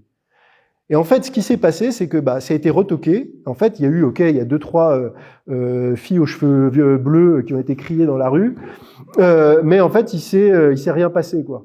Et en fait, et ça, je pense que c'est parce que les réseaux Soros ont été démantelés dès 2020, avec notamment la fraude électorale. Et donc voilà, Trump a envoyé la garde nationale à Portland. Enfin, il y a plein de choses qui se sont passées. Et d'ailleurs, c'était intéressant parce que quand ils ont envoyé la garde nationale dans les villes, vous savez, ils en parlent beaucoup en ce moment de ça. Souvenez-vous d'un des premiers messages de Q que je vous ai lu. Pourquoi la garde nationale a été mobilisée dans plusieurs villes? Et il y a un autre message de Q qui dit d'ailleurs quelles conditions doivent être réunies pour que les antifas soient considérés comme du terrorisme intérieur. Donc vous voyez, ça, Trump a déclaré que les antifas étaient une organisation terroriste en fin d'année dernière. Donc vous voyez que tout se répond et qu'il y a une espèce de cohérence, étape par étape, on avance. Et plus généralement, il y a aussi une chose importante, et je terminerai sur ça, c'est peut-être certains d'entre vous ont lu ce document, c'est la nouvelle stratégie de sécurité américaine. Un document qui a été publié, qui fait une 20aine de pages, où il y a écrit noir sur blanc, l'Amérique ne soutient plus le mondialisme, l'Amérique se concentre sur ses intérêts, et c'est écrit noir sur blanc, ne cherche plus à imposer son modèle aux autres pays, mais travaille avec eux de manière pragmatique en fonction du respect de leur culture et de leur mode de fonctionnement, y compris de leurs institutions politiques. Donc en gros, si vous lisez entre les lignes, c'est le mondialisme, c'est fini, et on va arrêter d'imposer notre modèle à la terre entière. Et on travaillera avec même des États qui sont sur une idéologie qui est différente de la nôtre. Donc ça, et ça vous pouvez le lire, c'est un document qui est en accès public. Là, je vous ai donné ce passage-là, mais il y a énormément de choses qui vont dans ce sens-là. Donc voilà, et d'ailleurs Trump avait dit ça dès son premier mandat dans un discours célèbre à l'ONU, où il avait dit le futur n'appartient pas aux mondialistes, il appartient aux patriotes. Alors ce qui m'amène à la dernière partie de cette conférence, parce que vous savez que c'est un de mes chevaux de bataille, c'est la partie du combat spirituel. Parce que ça, c'est un point qui a été très peu souligné, qui moi m'a frappé en tant que croyant et en tant que catholique, c'est les références constantes à la religion chez Q. Et très peu de gens ont souligné ça. Je vous ai lu tout à l'heure un de ses premiers messages, on rentre tout de suite dans le vif du sujet, quand il dit « Beaucoup de gens qui vous gouvernent vénèrent Satan ». Quand même une déclaration assez forte. Et si on va un peu plus loin donc ça c'est 2017, en 2022, vous avez Vladimir Poutine qui dit à Valdai l'Occident pratique une religion inversée du satanisme pur et simple. Donc vous avez Vladimir Poutine qui dit exactement la même chose. Et en plus, tout ça, ces deux déclarations nous renvoient quand même à Saint Paul, qui dit nous ne luttons pas contre la chair et le sang, mais contre les principautés. Donc vous avez quand même une source américaine qui dit en fait, derrière vos gouvernants, il y a Satan. Vladimir Poutine dit la même chose, et vous avez l'apôtre qui vous dit non, mais c'est pas Macron, c'est pas Soros, c'est derrière il y a le diable. Donc vous voyez, il y a quand même une référence très concrète. Et en fait, ce qui est frappant, c'est quand je vous invite, et vous verrez d'ailleurs dans le livre, si vous lisez le livre de Paul Ferber qui reprend beaucoup de messages de Q, Q fait des références chrétiennes qui sont omniprésentes. Je vous ai lu un message, il dit que Dieu vous bénisse. Il dit, alors ça c'est très américain, il prie, il dit gardez-nous dans vos prières, il cite des passages de l'évangile à plusieurs reprises, il cite même un moment, c'est très frappant parce que c'est quelque chose de catholique, un moment il y a quelqu'un, c'est un des premiers messages, dans les 50 premiers, quelqu'un poste la prière à Saint Michel, je ne sais pas si vous connaissez Saint Michel Archange, protège-nous contre les embûches du démon, etc. En fait ça c'est une prière catholique, et en fait Q répond Amen mon frère. Donc on pourrait imaginer que Q soit plus protestant. Saint-Michel, la prière d'un pape, bon, c'est pas forcément il va peut-être dire oui très bien, mais il dira pas amen. Donc il y a quand même un assentiment à une prière catholique. Et il cite vous savez, juste avant la fameuse opération en Arabie Saoudite, donc là où on va dire un peu c'est le coup de lancement de la guerre ouverte contre le mondialisme, parce qu'on a quand même cette phase du triangle qui va tomber. Q cite in extenso le psaume 22 qui dit « Le Seigneur est mon berger, je ne manque de rien. Il me fait reposer dans de verts pâturages, il me conduit près des eaux paisibles. Il restaure mon âme, il me conduit dans les sentiers de la justice à cause de son nom. » Donc je veux dire, et il pose juste ça. Après, il pose d'autres choses le même jour, mais je veux dire, c'est un peu, je me mets sous la protection de Dieu alors qu'on part en guerre contre le mal. Enfin, c'est vraiment comme ça qu'on l'interprète. Et surtout, je voudrais aller un peu plus loin sur cet aspect spirituel, c'est que, en fait, la démarche de Q est une démarche dans sa philosophie profondément chrétienne. Parce que le mondialisme lui-même, je vous l'ai expliqué au début, c'est une secte. Ça fonctionne avec des initiés, des gens qui ont accès, alors il y a la franc-maçonnerie c'est le réseau le plus connu, mais il y en a d'autres, il y a plein de sociétés secrètes, il y a même de la super franc-maçonnerie internationale pour les grands de ce monde ou pour certains groupes précis. Et en fait, tout est caché. Vous avez notamment des initiations, c'est-à-dire vous passez par degrés et vous êtes initié à des mystères. Ça, c'est tout le contraire du christianisme. Donc ça, c'est l'ésotérisme. Le christianisme est exotérique, c'est-à-dire que tout est visible. Je vais vous donner un exemple. Si vous êtes franc-maçon, vous passez par des cérémonies secrètes, vous avez le bandeau sur les yeux, vous jurez d'ailleurs sous peine de mort de ne pas révéler ce qu'on vous a expliqué. Ça, c'est une initiation secrète. Le baptême, qui est l'initiation chrétienne, c'est public.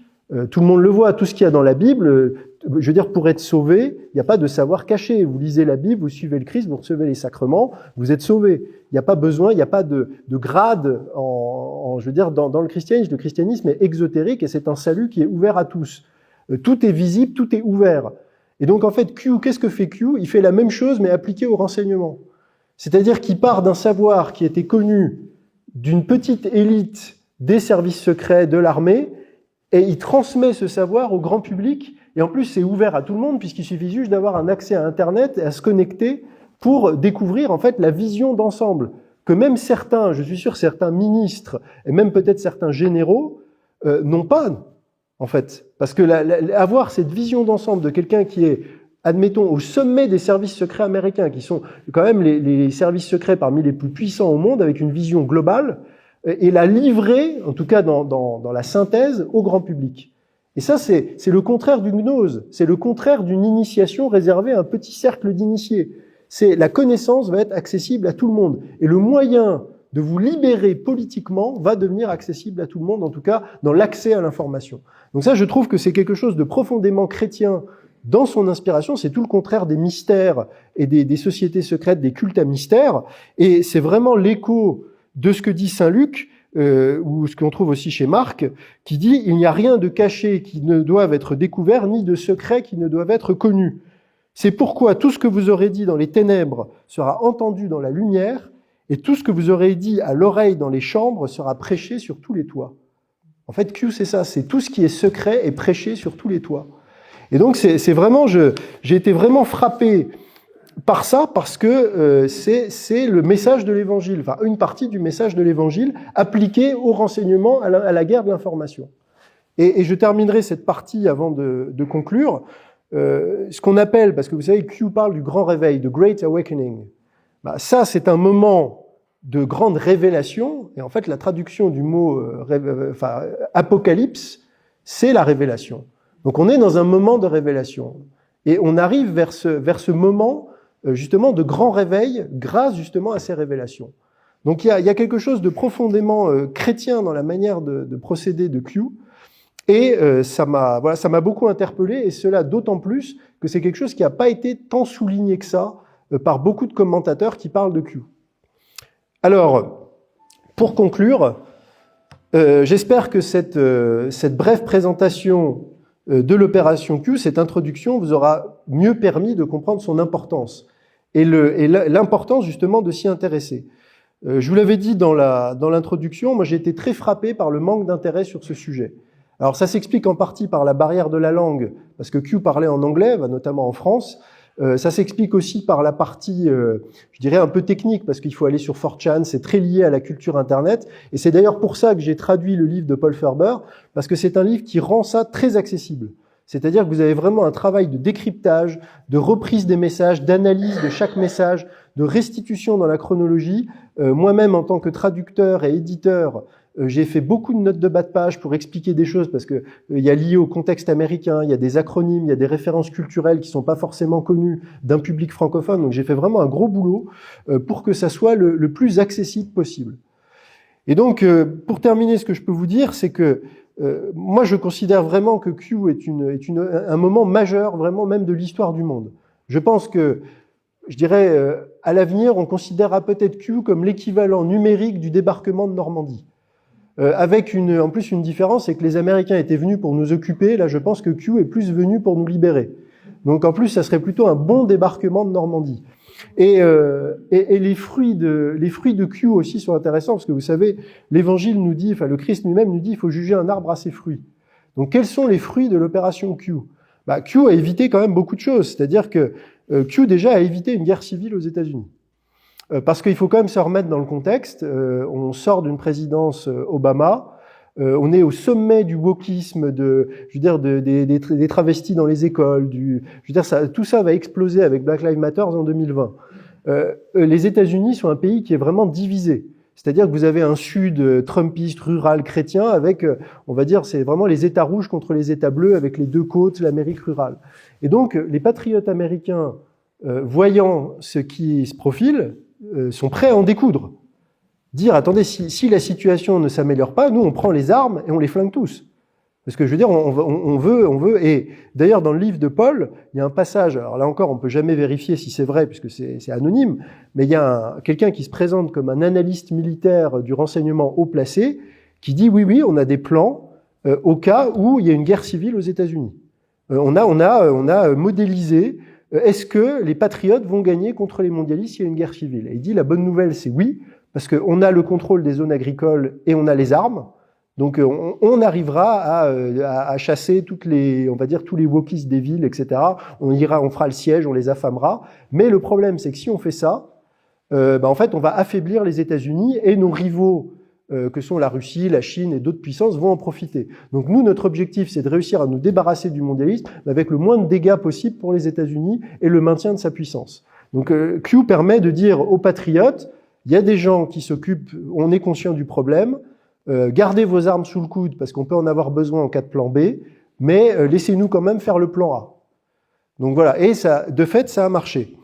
Je vous l'ai dit tout à l'heure, donc je reviens pas là-dessus, ça a été de réinformer massivement. Je vous ai dit, il y a 30% des Américains qui aujourd'hui s'identifient à Q, ce qui est énorme. Ça a été le cas en France, c'est le cas dans le monde entier. Il y a des gens du monde entier qui se sont formés sur le mondialisme grâce à Q. C'est mon cas notamment. Et surtout, ça veut dire que Q nous a révélé aussi qu'il y a cette fameuse guerre de l'ombre contre le mondialisme, cette guerre dans les coulisses. Et il y a notamment un message très intéressant où Q dit la désinformation est réelle, les distractions sont nécessaires. Donc ça veut dire qu'il y a faites attention aussi parce que nous on joue aussi de la désinformation pour tromper l'ennemi, c'est-à-dire il y a une guerre de l'information et on va faire des faux trucs pour piéger l'adversaire. Et il dit d'abord l'Arabie Saoudite, ensuite les États-Unis, puis l'Union européenne, l'Asie. Donc si on applique cette grille de lecture, ça veut dire quoi? Ça veut dire, imaginons que l'Arabie Saoudite est libérée en 2007 avec cette purge de Ben Salman, que les États-Unis sont en train d'être libérés, notamment durant ce deuxième mandat de Trump. Ça veut dire que la prochaine étape, c'est Union européenne, Asie.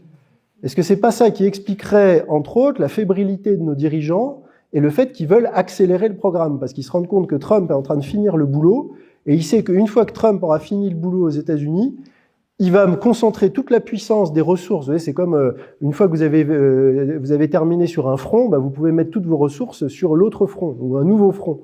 Donc le nouveau front qui va peut-être s'ouvrir, ça va peut-être être l'Europe. Et c'est peut-être pour ça qu'il commence à vouloir accélérer et aller à être prêt avant qu'ils se prennent le choc dans la tronche. Donc, alors une chose aussi importante, c'est, je vous citais tout à l'heure, la stratégie nationale de sécurité américaine. Il y a un passage que j'ai noté qui est quand même important. Il y a écrit noir sur blanc, nous voulons aider l'Europe à retrouver une confiance en elle civilisationnelle. C'est d'un intérêt, j'ai écrit, un intérêt critique et vital pour les États-Unis. C'est-à-dire que les États-Unis considèrent que la protection de la civilisation européenne, en gros pour simplifier du wokisme et du mondialisme, c'est d'un intérêt critique et vital pour les États-Unis. Et ils disent un peu plus loin, nous devons absolument empêcher la déstabilisation de l'Europe dans le cadre d'un conflit ouvert avec la Russie. Donc ça veut dire entre les lignes que les Américains ne laisseront jamais éclater une guerre ouverte entre les puissances européennes et la Russie. En tout cas, ils feront tout pour pas que ça se produise. Donc c'est quand même assez intéressant. Alors des fois, peut-être que j'anticipe sur certaines questions. Des gens disent, oui, mais attendez, vous êtes en train de nous présenter les États-Unis et Trump comme un sauveur, il faut quand même pas exagérer. Moi, je suis entièrement d'accord avec ça.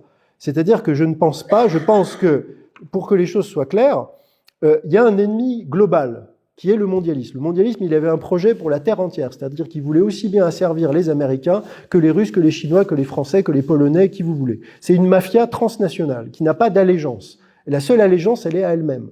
Donc, les grandes puissances, que ce soit la Russie, la Chine, les États-Unis, sont déjà les premières concernées, puisqu'elles n'ont pas envie de partager cette puissance avec cette puissance transnationale.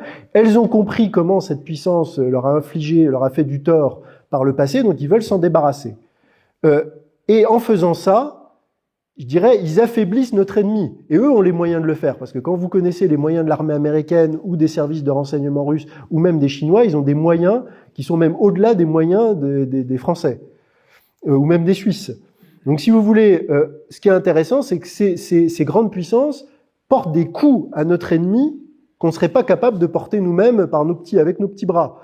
Donc ce qu'ils sont en train de faire, c'est qu'ils sont en train de desserrer un étau, mais après, il faut être clair, je veux dire, eux, ils vont défendre leurs propres intérêts. Je vais vous donner un exemple très concret. Les États-Unis, ils ont un gros problème qu'ils doivent gérer, c'est qu'ils vont avoir l'effondrement du dollar. Enfin, c'est-à-dire que le dollar, tôt ou tard, va être terminé comme monnaie de réserve mondiale. Vous allez avoir la concurrence, d'ailleurs, des BRICS qui émergent. Donc les États-Unis, leur priorité, c'est d'essayer d'amortir leur déclin, entre guillemets. C'est-à-dire qu'ils ont vécu pendant, quand je parlais de De Gaulle qui parlait du privilège exorbitant du dollar, en fait, concrètement, qu'est-ce que ça veut dire? C'est que les États-Unis finançaient leur déficit aux dépens du monde entier. C'est-à-dire que c'est le monde entier qui finançait la consommation des Américains. Le dollar, ça servait à ça. Là, ça va être terminé. Donc les Américains, ils veulent soutenir leur niveau de vie. Trump, lui, il sait que pour être réélu et pour rentrer dans l'histoire comme un grand président, il faut qu'il défende le pouvoir d'achat des Américains. Bah, si en faisant ça, ils poussent l'Europe à leur acheter du gaz, qui nous pique nos fleurons industriels, qui fait passer ça, il le fait. Je veux dire, c'est de bonne guerre. Les Chinois, pareil, si les Chinois attaquent le mondialisme, mais eux, ils veulent les routes de la soie, et que les routes de la soie, ça passe par racheter des terres agricoles en France pour être sûr que les Chinois aient du blé et du poulet, je veux dire, ils le feront. Donc, il faut pas être naïf par rapport à ça. C'est-à-dire que, certes, ils nous aident, voilà, ils attaquent notre ennemi, mais il faut pas penser qu'ils vont nous sauver et qu'ils ont nos intérêts à cœur. Les Russes défendent les intérêts des Russes, les Américains des Américains, et si nous, Français ou Suisses ou autres, on ne défend pas notre propre intérêt et que nous n'avons pas des élites patriotes comme l'avait fait De Gaulle, qui essayent de dire « mais attendez, moi je défends les intérêts de la France, nous aussi on a été lésés par le mondialisme, nous aussi on a combattu le mondialisme, donc on va aussi négocier aussi certaines choses », en fait, on ne sera pas respecté et ils vont nous bouffer, ça c'est clair. Et c'est d'ailleurs, oui, c'est déjà en cours. Donc, parce que, en fait, le problème qu'on a dans nos pays, c'est que on a des élites qui sont des traites, qui sont encore des élites vouées au mondialisme, et on n'a pas encore des élites patriotes qui sont en place, qui pourraient justement défendre notre intérêt à ce moment crucial, au moment de la négo. Donc, vous voyez, on est dans cette situation critique, et ce qui m'amène à la conclusion de cette conférence. C'est pour ça que c'est important déjà de faire ce travail d'éveil de la population, ce que vous faites avec Temisia Gioia, ces conférences, et avec cette nouvelle élite en fait que vous essayez de faire un peu sortir, d'avoir une élite patriote qui émerge, qui connaît les enjeux, qui connaît les dossiers, et qui va pouvoir se battre aussi bien en France qu'en Suisse. Et ensuite, ça peut ouvrir la discussion et peut-être faire le pont aussi avec la prochaine conférence que vous allez avoir sur l'avenir de la Suisse. C'est une fois qu'on est débarrassé du mondialisme, qu'est-ce qu'on fait ? Qu'est-ce qu'on fait? Alors, je vais peut-être un peu choquer mes amis suisses, mais il faut quand même avoir conscience que, puisque je suis en Suisse, du rôle de la Suisse dans le plan mondialiste. La Suisse, c'est le bastion, c'est la forteresse du mondialisme. C'est très important d'en avoir conscience. La Suisse, vous savez que la Suisse a été pendant très longtemps un pays très pauvre. Il y a beaucoup de gens, notamment dans le nord de la France, moi je viens de l'Est, j'ai de la famille aussi dans le nord, beaucoup de Suisses sont partis, par exemple du canton de Neuchâtel, je connais des gens qui sont partis pour aller travailler dans les mines. Pendant des siècles, les Suisses étaient des mercenaires qui allaient dans toute l'Europe parce que la Suisse était très pauvre, et en fait la Suisse est devenue riche à partir, on va dire, du 19e siècle, parce qu'en fait elle a été identifiée comme ce bastion pour le mondialisme. C'est-à-dire qu'il va y avoir toutes les institutions qui vont aller s'installer là-bas, à Genève notamment. Les institutions, ça commence déjà avec la Société des Nations au début du XXe siècle, après la guerre mondiale. Vous allez avoir toutes les institutions supranationales. Vous allez avoir les grandes entreprises qui vont s'installer, leur siège, les grandes entreprises, notamment pharmaceutiques. Vous allez avoir la BRI à Bâle. Bâle et Genève, ce sont les deux grands pôles du mondialisme. En Suisse et même dans le monde d'ailleurs. Donc, en fait, pourquoi la Suisse, notamment, est aussi riche, aussi prospère, aussi sûre, c'est parce que les mondialistes sont là et ils veulent un pays qui est bien pour eux, où ils vont pas être embêtés. Donc, la question qui va se poser, c'est une fois que vous allez vous débarrasser du mondialisme, quel sera le projet pour la Suisse? Vous voulez plus être la réserve, la forteresse du mondialisme. Qu'est-ce que vous allez être? Qu'est-ce que vous allez défendre? Qu'est-ce que c'est la Suisse? Et ça, moi, je peux pas répondre à votre place, c'est au peuple suisse et aux Suisses de réfléchir à qu'est-ce que vous allez être. Et ça, je pense, et d'ailleurs, la question se pose pour la France. Moi, ça, je vais pas rentrer dans ce détail, mais la France, elle s'est construite, la France des 2 siècles et demi passés, elle s'est construite avec le projet révolutionnaire des Lumières. Là, on se rend compte que les Lumières, ça marche pas et que ça conduit à la mort, à la destruction. Donc la France, alors moi, la solution que je propose, c'est que la France doit revenir au projet catholique et au projet de cité catholique. Donc, et ça, je peux vous dire que dans une France qui est complètement marquée par l'idéologie des Lumières et par la modernité au sens philosophique du terme, c'est pas gagné. Et je pense que c'est probablement la même chose en Suisse aussi. Donc voilà, donc ce que je peux vous dire en tout cas, on va certainement pas, je pense pas répondre à ces questions de fond ce soir, mais ce que je peux vous dire, c'est que avec ce qu'a fait l'opération Q, ça nous a donné des outils, ça nous a donné des moyens de nous emparer, de nous reprendre, de retrouver notre souveraineté sur ces grands enjeux politiques. Et j'espère aussi que je vous ai expliqué aussi cet aspect spirituel extrêmement important. Et je pense qu'au milieu de toutes ces difficultés, il y a une chose sur laquelle on peut s'appuyer. Cette chose, c'est le Christ. Le Christ nous a dit « Je suis le chemin, la vérité et la vie ». Eh bien, je souhaite qu'en cette année 2026, nous suivons la vérité, la vie, et que nous nous battions sur ce chemin. Je vous remercie.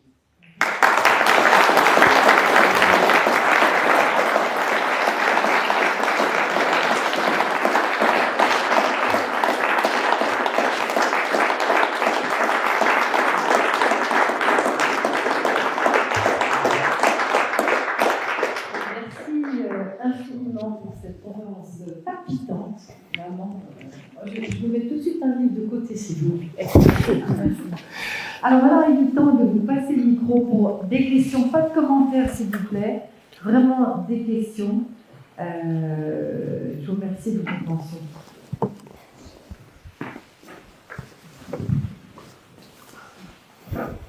Bonsoir. Bonsoir. J'ai une question un peu provocatrice. Les règles, dit-on, du satanisme seraient que ces suppôts doivent annoncer l'obligation d'annoncer à l'avance les sévices et les infamies qu'ils ont l'intention d'infliger au bas peuple.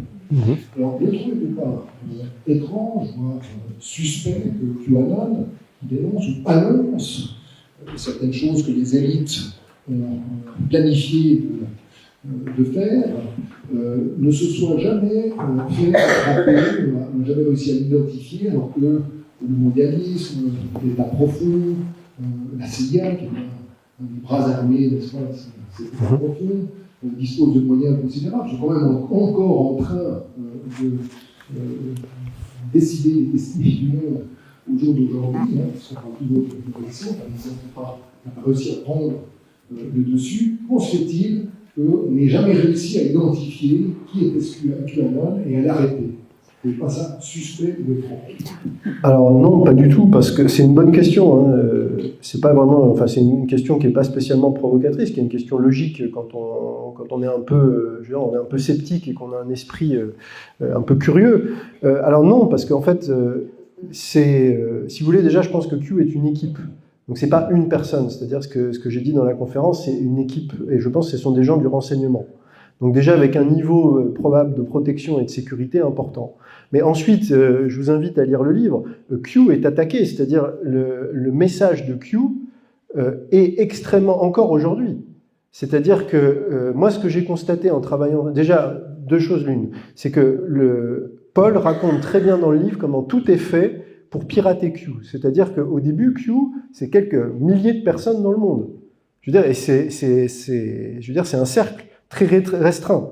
Ensuite, après, c'est ce que j'ai essayé d'expliquer, alors je ne suis pas rentré dans le détail, mais vous me donnez l'occasion de le développer, c'est que, en fait, ça devient populaire, ça touche des millions de personnes via QAnon, parce qu'il faut bien faire la différence entre Q, le Q originel qui poste de octobre à janvier 2018, et ce qui vient après, qui est QAnon, parce que j'en ai pas parlé dans la conférence, mais QAnon poste en gros de 2018 à 2022. Et en fait, le problème, c'est que QAnon, c'est du lard et du cochon, c'est-à-dire, oui, il y a 2-3 trucs intéressants, mais c'est beaucoup de choses, des choses délirantes, et ça a découragé beaucoup de gens de s'intéresser à l'opération Q. C'est-à-dire qu'en fait, le Q originel a été noyé dans une masse de QAnon. Et ça a culminé, et ça je l'explique dans la postface du livre, avec l'opération du 6 janvier. Vous avez le fameux chaman QAnon qui déboule en disant « Q m'a envoyé ». Alors là, si vous vouliez décrédibiliser Q et faire passer ça pour un truc de dingo, c'était exactement ce qu'il fallait faire. Et donc moi, je fais cette thèse, qui m'a valu d'ailleurs des ennuis, hein, parce que j'étais très attaqué avec ce livre, parce que moi je le dis clairement, je dis en fait QAnon est une opération de l'État profond pour décrédibiliser la source Q qui dit des choses vraies et intéressantes, et pour faire passer les gens qui suivent Q pour des cinglés, et manipuler la masse trumpienne jusqu'au 6 janvier pour les faire tomber dans la nasse. Donc vous voyez, il y a toute une opération psychologique.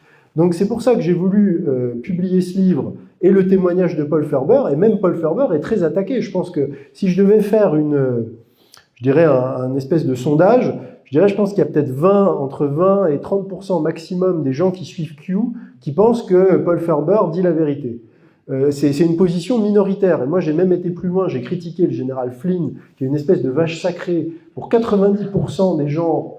Et j'ai été attaqué. J'ai eu une campagne d'attaque contre ma personne pendant quasiment 1 mois et demi, voire 2 mois. Où, moi, je veux bien, vous voyez, vous me posez une question, moi j'y réponds, il n'y a aucun problème. Mais des gens ont été dire que j'étais un vendu, que j'étais un escroc, que j'étais un manipulateur, que j'y connaissais rien. J'ai eu des attaques, en plus, des gens qui se sont comportés à peu près comme les antifas. Je veux dire, qui venaient pourrir chacun de mes messages. Même encore aujourd'hui, j'ai des gens qui appellent des journalistes qui veulent m'interviewer quand ils savent que je vais aller sur la chaîne en disant n'interviewez pas Stanislas Berton, c'est un escroc, il y connaît rien. Donc vous voyez, c'est quand même que ça dérange. C'est-à-dire que quand vous parlez de Q de manière neutre, factuelle, en disant voilà, j'ai analysé, j'ai pris le temps d'aller voir, allez voir par vous-même, faites-vous votre avis, vous êtes encore attaqué, encore aujourd'hui. Donc moi je peux vous dire, voilà, allez, lisez le livre, faites-vous votre avis, mais je comprends totalement ce que vous dites, et moi-même, hein, je me suis posé la question, même, je me suis dit, mais Paul Ferber, je le connais pas, ça se trouve, c'est un gars des services de renseignement, il dit qu'il est à Johannesburg, moi j'en sais rien. Vous voyez, enfin, moi-même, je me suis posé toutes ces questions. Je veux dire, avant de m'engager, et j'ai passé quand même, avant de publier ce livre et de le traduire, j'ai passé quand même à peu près 4 ans à étudier Q, et à me dire, est-ce que c'est sérieux, est-ce que c'est corroboré, etc. Donc, voilà. Donc, c'est important justement de distinguer Q de QAnon. Oui, absolument. Exactement. Oui, exactement. Oui, tout à fait. Question ?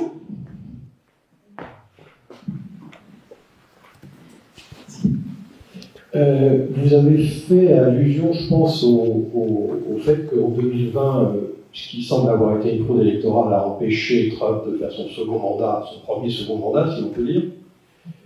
En 2024, il a été élu sans aucun problème, alors qu'Obama avait annoncé que ça allait durer des semaines d'avoir un résultat. Comment est-ce que Q explique cela ? Comment se fait-il que les mêmes causes en 2020 et en 2024 ne produisent pas du tout les mêmes effets ? Et que se passera-t-il dans 4 ans ? Alors ça, c'est une excellente question que d'ailleurs je me suis posée assez rapidement aussi. Alors il faut refaire déjà un saut dans le temps. C'est que alors Q ne parle pas de ça. Q ne parle pas de 2020. Par contre, il parle de 2016. Et il dit en 2016 que Clinton devait gagner. C'est-à-dire que la fraude était en place pour faire gagner Clinton. Et d'ailleurs, vous vous souvenez peut-être à l'époque, moi je m'en souviens, les gens ont été sidérés par la victoire de Trump. Même, je crois, j'avais été frappé, l'ambassadeur français à Washington n'avait même pas prévu de lettre de félicitations pour Trump. Et si vous lisez Q entre les lignes, Q dit, il y a des gens, donc probablement dans le renseignement et dans les services armés, les forces armées, qui ont contré le piratage. Donc, et qui ont permis la victoire de Trump. Alors, ça, c'est la première étape. Ça nous amène à 2020. Comment Biden peut passer en 2020 ? Alors, là, il y a plusieurs explications. L'explication que je retiens, alors, qui peut sembler délirante, moi, je suis convaincu aujourd'hui que la présidence Biden a été une fausse présidence. Je pense que Biden n'a jamais été réellement le président. Alors, soit parce qu'il y a des gens derrière lui qui le contrôlaient. En fait, si vous voulez, j'ai 2 hypothèses. J'en ai une vers laquelle je penche plus et une vers laquelle je penche moins.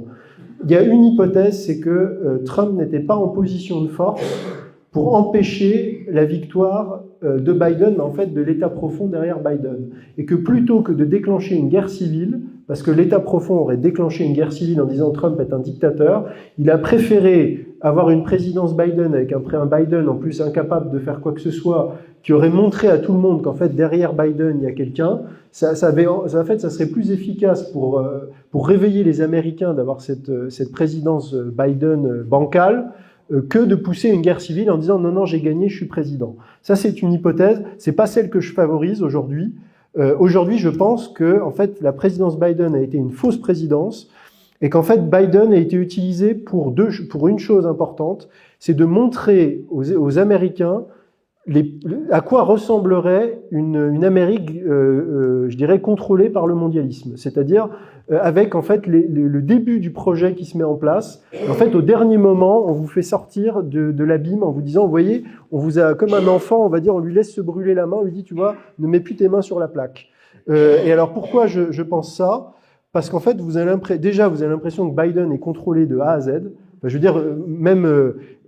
dire, ça se voit. Moi, j'ai suivi ça. C'est à l'époque où j'ai commencé vraiment à faire ce travail complètement à 200% tous les jours à suivre. Je veux dire, Biden, c'était pas lui. Enfin, il y a même des fois, on se demande si c'était vraiment lui, quoi. Je veux dire, vous voyez qu'il est coaché en permanence. Il y a même des moments.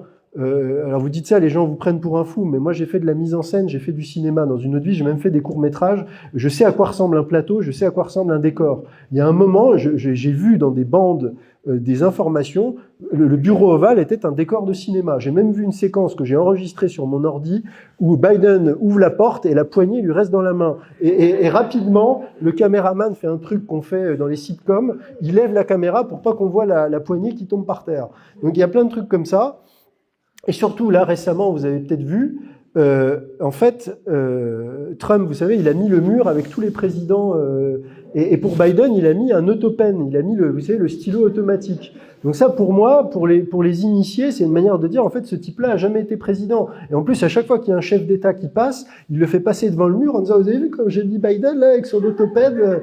Donc, je veux dire, là, ça commence quand même à être assez appuyé, si j'ose dire.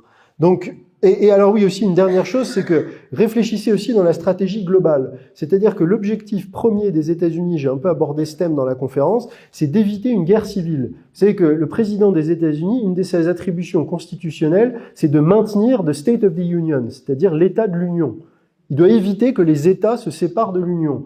Donc Trump, il a une situation qui est quand même compliquée politiquement, c'est qu'il doit à la fois combattre le mondialisme qui fait tout pour diviser la société, et qui excite en fait les éléments les plus radicaux, et en même temps il doit pas faire imploser les États-Unis. Donc moi je pense que la présidence Biden, c'est un moyen pour dire, regardez ce que ça fait quand vous avez un vieux débris, une espèce de folle qui ricade comme une cinglée. En fait, à la fin, Trump en 2024, c'est un candidat centriste, quoi. Je veux dire, en fait, Trump qui passait pour un mec complètement d'extrême droite, en fait, à la limite, je pense qu'ils ont des sondages internes. Je serais intéressé de savoir combien de gens qui se prétendent démocrates ont voté pour Trump en 2024. Je pense que c'est énorme. En fait, je pense qu'il y a beaucoup de gens qui se sont dit « mais là, ça va trop loin ». Je pense qu'il y a peut-être 20% de fous furieux radicalisés qui ont dit « non, Kamala Harris, c'est génial, vive le wokisme, ouvrons nos frontières et tout ça ». Mais en fait, que la majorité des gens qui sont quand même pas complètement suicidaires, je veux dire, ont vu qu'en plus, voilà, Kamala Harris, enfin, je veux dire, vous la voyez 5 secondes, elle a été bourrée la moitié du temps. Enfin, je veux dire, c'était pas possible, quoi. Donc, elle ricadait comme une possédée. Enfin, je veux dire, si vous voulez, je pense que Trump, en fait, a fait ça pour se présenter comme un candidat modéré. C'est-à-dire que maintenant qu'on a eu l'expérience de mort imminente de Biden, en fait, on peut aller à Trump parce qu'en fait, Trump, c'est quand même pas si fou que ça, quoi. Et je pense que si vous vous placez dans la stratégie à long terme, en fait, c'est ça. Pour moi, c'est la seule explication logique et qui serait cohérente en plus avec ce plan à long terme de l'ombre et du renseignement pour sauver l'Amérique. Voilà. Alors, prochaine question. Oui, tout au début, vous disiez que la première étape, c'était là eu lieu lors du changement MBS qui a extorqué les 500 milliards. Mais ce que je n'ai pas compris, c'est en quoi c'est une première étape, parce que dans ma perception, MBS n'est pas particulièrement patriote quand on voit ses projets. j'ai l'impression que le peuple d'Arabie Saoudite est en train de trouver une souveraineté. Donc c'est là où je ne comprends pas exactement c'est une première étape. Alors, je n'ai pas assez détaillé, en effet, vous avez raison. Là aussi, c'est une très bonne question. Alors, il y a plusieurs choses. Et ça, alors, Q l'explique. Et moi-même, après, j'ai fait mes recherches pour confirmer ce que dit Q. C'est-à-dire que, déjà, il faut savoir que l'Arabie Saoudite contrôlait énormément la vie politique américaine et énormément d'entreprises américaines. C'est-à-dire que vous avez notamment quelqu'un, le fameux Al-Walid Ben Tawal, c'était une des premières fortunes mondiales. C'est un gars, il avait, là, vous connaissez certainement la banque Citibank, il était un des actionnaires principaux, il avait des chaînes de radio, des hôtels, des cinémas, enfin c'est un peu comme les Qataris en France, c'est-à-dire qu'il avait des billes partout, et il rinçait, en fait l'argent saoudien rinçait toute la classe politique américaine, républicains comme démocrates. Donc en fait là ils ont coupé le robinet, et Q dit à un moment, voilà, on a coupé le fil des marionnettes, et là ils sont en panique. Donc et ensuite après vous vérifiez, moi parce que je fais toujours ça, je regarde ce que dit Q, et après je regarde s'il y a des correspondances dans la revue de presse, dans ce qui se passe, et en effet, ça se passe. Et ensuite aussi, ce que dit Q, c'est que l'Arabie Saoudite, et ça aussi c'est vérifié, était une plaque tournante du trafic d'êtres humains, notamment des enfants. Donc il y avait énormément de choses qui transitaient par l'Arabie Saoudite, notamment par des containers, etc. Et Q dit, alors là on peut pas le vérifier, il dit rien qu'avec cette opération en Arabie Saoudite, il y a 3000 enfants qui ont été sauvés. Donc si vous voulez, vous avez, quand il dit qu'en fait c'est une brique importante, c'est les sources de financement d'une partie de la classe politique américaine, c'est un contrôle sur la vie économique de certaines entreprises américaines, et c'est le trafic d'enfants. Et je rajoutais aussi une chose, c'est que c'est l'ouverture à la dédollarisation, à la fin des pétrodollars. C'est-à-dire qu'aujourd'hui, vous voyez qu'avec l'émergence des BRICS, et vous avez notamment, je crois que c'était en 2024, vous avez une grande première, c'est-à-dire que vous avez des Saoudiens qui ont vendu du pétrole à des Pakistanais directement en monnaie chinoise. Ça, vous auriez fait ça il y a 10 ans, vous avez l'armée américaine qui fait toc toc, bonjour, soit vous revenez dans le rang, soit on vous bombarde et on vous rase Riyad, quoi. Donc je pense qu'en fait c'était une étape importante pour en fait mettre en place ce monde multipolaire. Il fallait que les pétrodollars.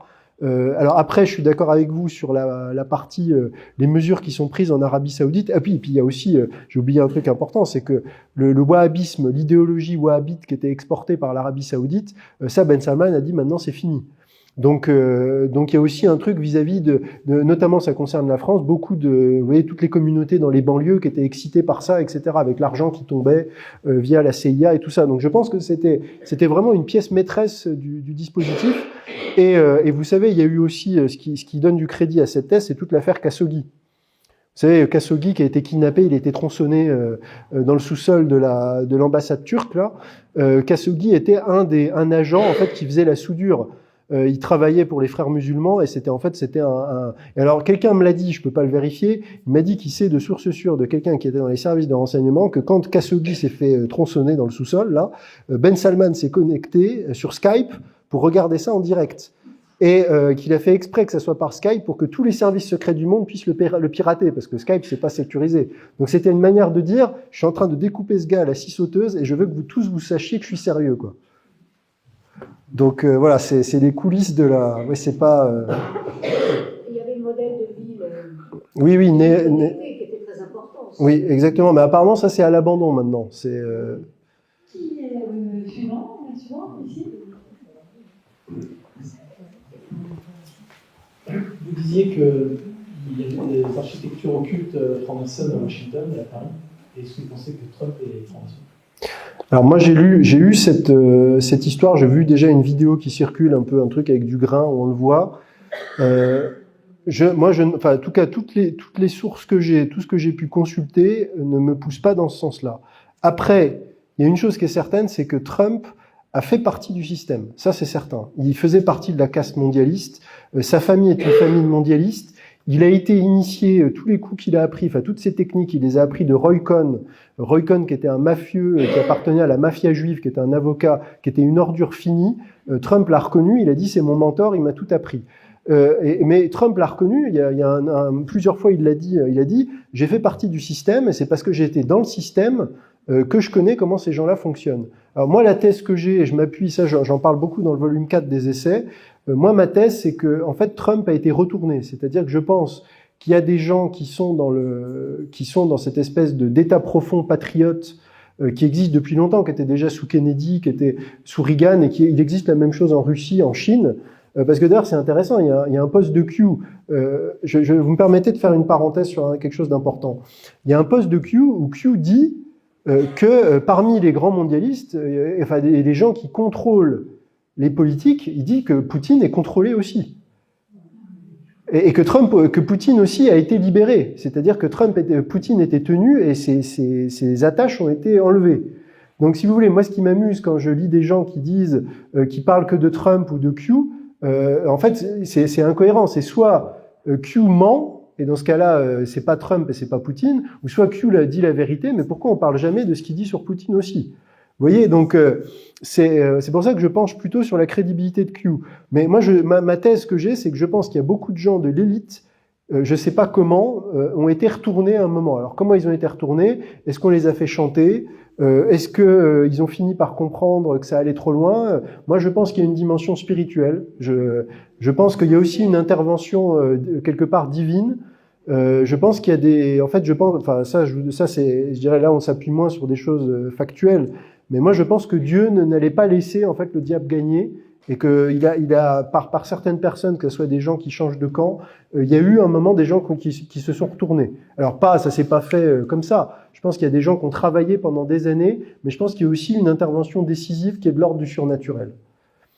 Donc voilà. Mais en tout cas, Trump, je sais pas s'il a été franc-maçon. S'il a été franc-maçon, j'espère qu'après il est passé par tous les rituels d'exorcisme, etc.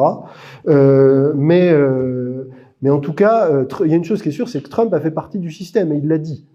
Et d'ailleurs, il suffit de voir comment il était mis en avant. Et moi, je vais même vous dire, là encore, c'est pareil, c'est plus une intuition qui s'appuie sur mon travail, c'est que je pense que Trump était gardé sous le coude pour être le candidat populiste qu'il est devenu. C'est-à-dire que, vous savez, le mondialisme, il a toujours plusieurs chevaux dans la course. Hein. Il a un populiste, il a un nationaliste, il a un catholique, il a toujours des gens sous le coude. Et je pense que Trump était prévu pour jouer ce rôle, mais qu'en fait, j'explique ça dans le volume 4, c'est-à-dire que c'est du judo, en fait. C'est-à-dire que les gens qui résistent au mondialisme ne peuvent pas attaquer frontalement le mondialisme, parce que le mondialisme a trop de moyens, et ils ont utilisé cette stratégie de retourner à chaque fois le plan du mondialisme contre lui. C'est-à-dire, en fait, Trump avait été préparé peut-être dès sa jeunesse pour être potentiellement un jour ce leader populiste à la solde du mondialisme, et en fait, il devient un leader populiste, mais anti-mondialiste. Et en fait, les gars le découvrent au dernier moment. C'est-à-dire, ils pensaient peut-être que Trump était contrôlé, et d'ailleurs ça se voit beaucoup dans son premier mandat, plus du tout dans le deuxième. Mais le premier mandat, on sent qu'il est bien coaché, il y a plein de mecs autour de lui qui sont des mondialistes, et on sent qu'il n'a pas les coups des franches, et d'ailleurs il le dit aujourd'hui, hein, il dit l'équipe que j'avais dans mon premier mandat, c'était pas vraiment celle que je voulais, maintenant je peux un peu plus faire ce que je veux, etc. Donc je pense que, en fait, il y a eu cette espèce de basculement progressif. Et moi, j'espère, alors je sais pas si ça arrivera, mais j'aimerais bien, s'il y a vraiment des gens qui ont prévu un plan sur des décennies pour combattre le mondialisme et à chaque fois, chaque étape, le piéger, franchement, c'est les plus grands stratèges de l'histoire de l'humanité, quoi. Je voulais vous poser la question, il nous a fait tellement de bien, Trump, que ce soit envers l'OMS, envers le wokisme, envers, sortir, comme on dit, USA, et dernièrement de tous les grands organismes internationaux avec l'histoire aussi du faux climat. Mais l'histoire du Groenland, vous l'expliquez comment? Alors ça, l'histoire du Groenland, c'est loin d'être le plus compliqué. Vous savez, je vous ai parlé dans la conférence du tweet du message de Q qui dit si Trump se coordonnait avec la Russie, la Chine, etc. En fait, je pense qu'il y a eu un partage du monde, mais bien antérieur à Trump même, entre les trois puissances. En fait, les trois puissances, que ce soit la Russie, la Chine et les États-Unis, ont toutes été manipulées et attaquées, à des degrés divers par le mondialisme. Ils ont tous un compte à régler avec le mondialisme. Et ensuite, ils ont compris, les gens, les élites du renseignement, savent que le mondialisme a toujours utilisé les guerres à son profit, en fait, de tourner les pays les uns contre les autres. En fait, le rêve du mondialisme, c'est d'une guerre entre la Russie et les États-Unis, même une guerre entre la Russie et la Chine, ou une guerre entre les États-Unis et la Chine. Donc je pense que, sachant ça, ils se sont mis autour d'une table, ils ont dit, OK, on va pas tomber dans ce panneau, parce que clairement, ils veulent nous amener là. On est trois puissances rivales, OK. On va se débarrasser du mondialisme qui est notre ennemi commun, Et ensuite, on va chacun se prendre une zone et on va prendre ce dont on a besoin. Donc les États-Unis, vous avez besoin que l'Amérique du Sud reste votre précaré, c'est la doctrine Monroe, ok, pas de problème. Vous avez le droit d'intervenir, c'est ce qui se passe au Venezuela, et vous avez besoin d'avoir le Groenland pour des raisons stratégiques, ok. La Russie, vous voulez qu'on vous débarrasse de tous les problèmes que l'Ukraine vous pose depuis un siècle et demi, ok. On va pas vous faire obstacle là-dessus, et vous voulez le projet eurasiatique, la grande union eurasiatique, ok, vous l'aurez. La Chine, vous voulez récupérer Taïwan, vous aurez Taïwan, vous voulez route de la soie, vous aurez route de la soie. Et ensuite, on continue à être rivaux, mais on joue entre guillemets à la régulière, c'est-à-dire ce qui s'est passé au Venezuela, c'est un petit coup de griffe aux Chinois, parce que les Chinois, je vous rappelle que quand Maduro a été kidnappé, les Chinois étaient là le jour même donc c'est une manière pour les Américains de dire, bah vous avez voulu jouer dans notre cour, bah regardez ce qui se passe quoi. Et de la même manière, j'en parlais tout à l'heure avant la conférence, les Américains avaient un problème, c'est que avec Taïwan, c'est que toutes les entreprises vous savez, de puces sont à Taïwan. Et donc en fait, les Chinois veulent récupérer Taïwan, bah ça pose un problème aux États-Unis parce que c'est toute la dépendance. Et donc qu'est-ce qui va se passer, c'est que Donald Trump a dit, bah vous allez faire venir des entreprises aux États-Unis. Il y a des entreprises, notamment, je crois, Intel va investir, il y a Nvidia qui va investir. Donc en fait, c'est d'une pierre deux coups parce que c'est génial quand vous y réfléchissez. Les États-Unis vont enlever une partie de la capacité de production de Taïwan, donc ils sont plus dépendants de la Chine si la Chine récupère Taïwan. Et Trump peut dire, je crée des emplois et je réindustrialise.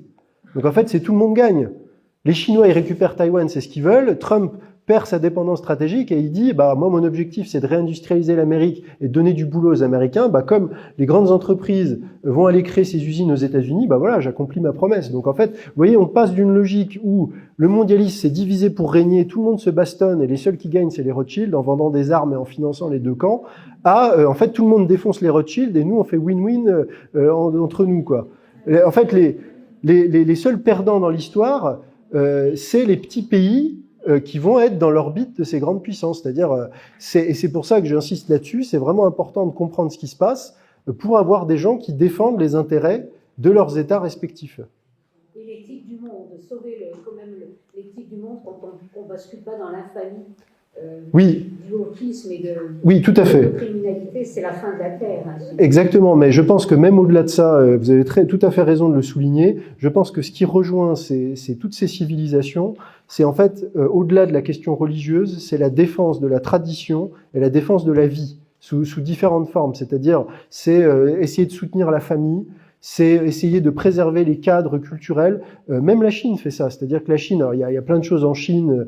Je veux dire, on va pas faire une vision teintée de rose de la Chine, mais par exemple, la Chine a pris des mesures assez conservatrices. Mais il y a même des mesures qui sont prises en Chine. Je dis parfois pour rigoler, si un Cato Tradi était à l'Élysée, je pense pas qu'il prendrait des mesures aussi radicales que ce que viennent de faire les Chinois. Par exemple, peu de gens le savent. En Chine, depuis la fin de l'année dernière, en fait, la Chine a quasiment interdit de fait le divorce. C'est-à-dire qu'aujourd'hui, vous voulez divorcer en Chine, déjà vous n'avez plus le droit de divorcer par consentement mutuel, et si vous voulez divorcer, vous êtes obligé de passer devant une commission où en fait l'État vous dit, attendez, est-ce que vous êtes bien sûr que vous avez bien réfléchi, vous avez fait ça? En fait, tout est fait pour rendre de plus en plus difficile le divorce. Il y a des choses qui sont... Alors, les États-Unis peuvent pas le faire au niveau global. Il y a des choses qui sont déjà en train d'être mises en place dans les États les plus conservateurs.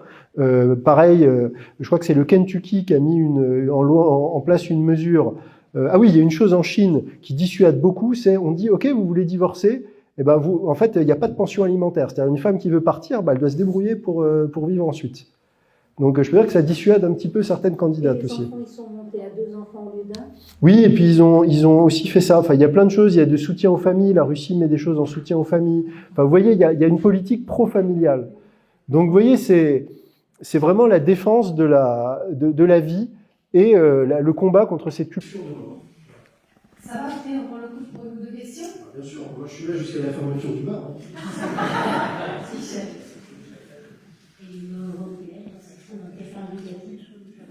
Ah bah, en fait, déjà l'Union européenne, vous parlez de l'UE ou de l'Europe? C'est pas la même chose. Alors si vous parlez de l'UE, de toute façon l'UE c'est une création du mondialisme. L'Union européenne c'est le projet mondialiste. Je sais que la Suisse va être bientôt sollicitée, n'allez surtout pas dans ce truc-là. En plus c'est un navire qui est en train de couler. De toute façon l'Union européenne, si ce qui se passe dans le monde est vrai, de toute façon, l'Union européenne va finir par disparaître. Voilà, c'est vraiment, et le jour où ça se passera, il faudra déboucher le champagne, quoi. Je veux dire. Donc. Vous avez fini pour la question sur l'UE? Oui. Bonne question. Oui, bonsoir, merci pour votre présentation. Une question un peu plus simple, peut-être. En fait, on a parlé de symboles et tout ça, mais Q, mais pourquoi Q? On ne sait pas trop qui c'est, mais pourquoi Q? Ah oui, c'est vrai que j'aurais pu le dire, faudra peut-être que je le rajoute dans les prochaines conférences, c'est vrai. En fait, Q, c'est très simple, et Q le dit lui-même. En fait, au départ, il se fait appeler Q Clearance Patriot, c'est-à-dire patriote avec une accréditation Q. Et en fait, l'accréditation Q, c'est l'équivalent du secret défense pour le ministère de l'énergie aux États-Unis. C'est-à-dire, c'est pas classé secret défense, c'est classé Q. Donc il y a ça. Donc en fait, c'est juste quelqu'un qui dit voilà, j'ai une accréditation au plus haut niveau du gouvernement des États-Unis, voilà, simplement. Et les petits, parce qu'il y a toujours les petits malins. Les petits malins ont quand même noté que la source Q, il y a un rapport encore avec la Bible, puisqu'il y a la source, il y a peut-être des exégèses biblistes qui savent que la source Q, donc le Q Quelle, c'est le contenu des évangiles qui est commun à 3 des évangiles. Je crois que c'est Matthieu, Marc et Luc. Donc en fait, si vous voulez, il y a un contenu. Les évangiles ont des choses qui leur sont propres. Et il y a des passages des évangiles qui sont communs à 3 évangiles sur 4. Et en fait, ça s'appelle la source Q. Donc c'est quand même intéressant. Question. Qui c'est qui souhaite en prendre la parole? Moi, j'ai une toute petite question qui est en fait rejoint cette programme. Je suis allée voir sur le site 4chan les formes de discussion que j'ai cherché. Et le nom des gens, donc c'est des gens anonymes, et puis c'est souvent une série de chiffres, etc. Et Q, ils signent vraiment Q? Non, alors, en fait, Q signe certains de ses messages. Il signe Q certains de ses messages. Il y a toute une archive que vous pouvez consulter en accès libre. Alors, d'ailleurs, c'est très intéressant, répondre à la question de monsieur tout à l'heure. Aujourd'hui, sur Twitter, vous pouvez pas mettre des liens vers les archives de Q. C'est-à-dire, Twitter vous interdit de poster des messages vers Q. C'est assez intéressant. Il y a une censure de Q. Le site est très simple, c'est QAlerts avec un S /app ou .app.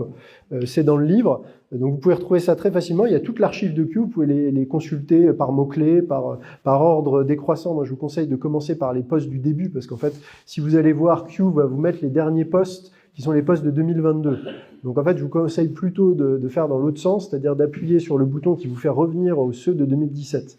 Et donc vous pouvez les consulter, donc Q signe Q, et en fait Paul explique qu'en fait il y avait un moyen d'identifier Q par le code, et en fait au bout d'un moment en fait Q poste avec cette espèce de signe de suite de chiffres bizarres, et en fait au bout d'un moment il a compris. Alors ça s'appelle du name fagging sur 4chan. En fait sur 4chan c'est très mal vu de s'identifier comme un utilisateur identifiable. En fait, les gens font exprès d'être anonymes. Mais de temps en temps, quand la situation l'exige, il est possible de mettre en fait un identifiant qui fait que c'est toujours le même, donc on sait toujours que c'est vous en fait.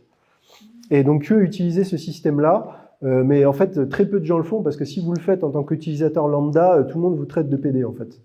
Voilà. Non mais c'est comme ça sur 4chan.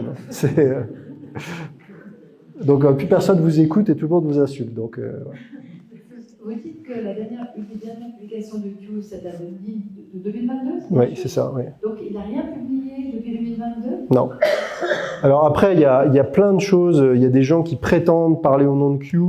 Moi, j'ai une source alors ça aussi c'est intéressant parce que personne n'en parle. C'est-à-dire que, et ça c'est dans le livre, c'est le dernier chapitre du livre. En fait, Paul Farber était en contact avec Q, avec un membre de l'équipe de Q qui l'a remercié, qui a dit voilà.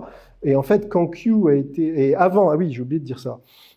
En fait, avant que Q commence à poster, donc on est en octobre 2017, une semaine avant, il y a une chaîne YouTube qui est créée par quelqu'un qui s'appelle Sébastien RLC, qui dit Q trouble coming to Washington, c'est-à-dire un problème en forme de Q va bientôt arriver à Washington. Et une semaine après, il y a Q qui commence à poster.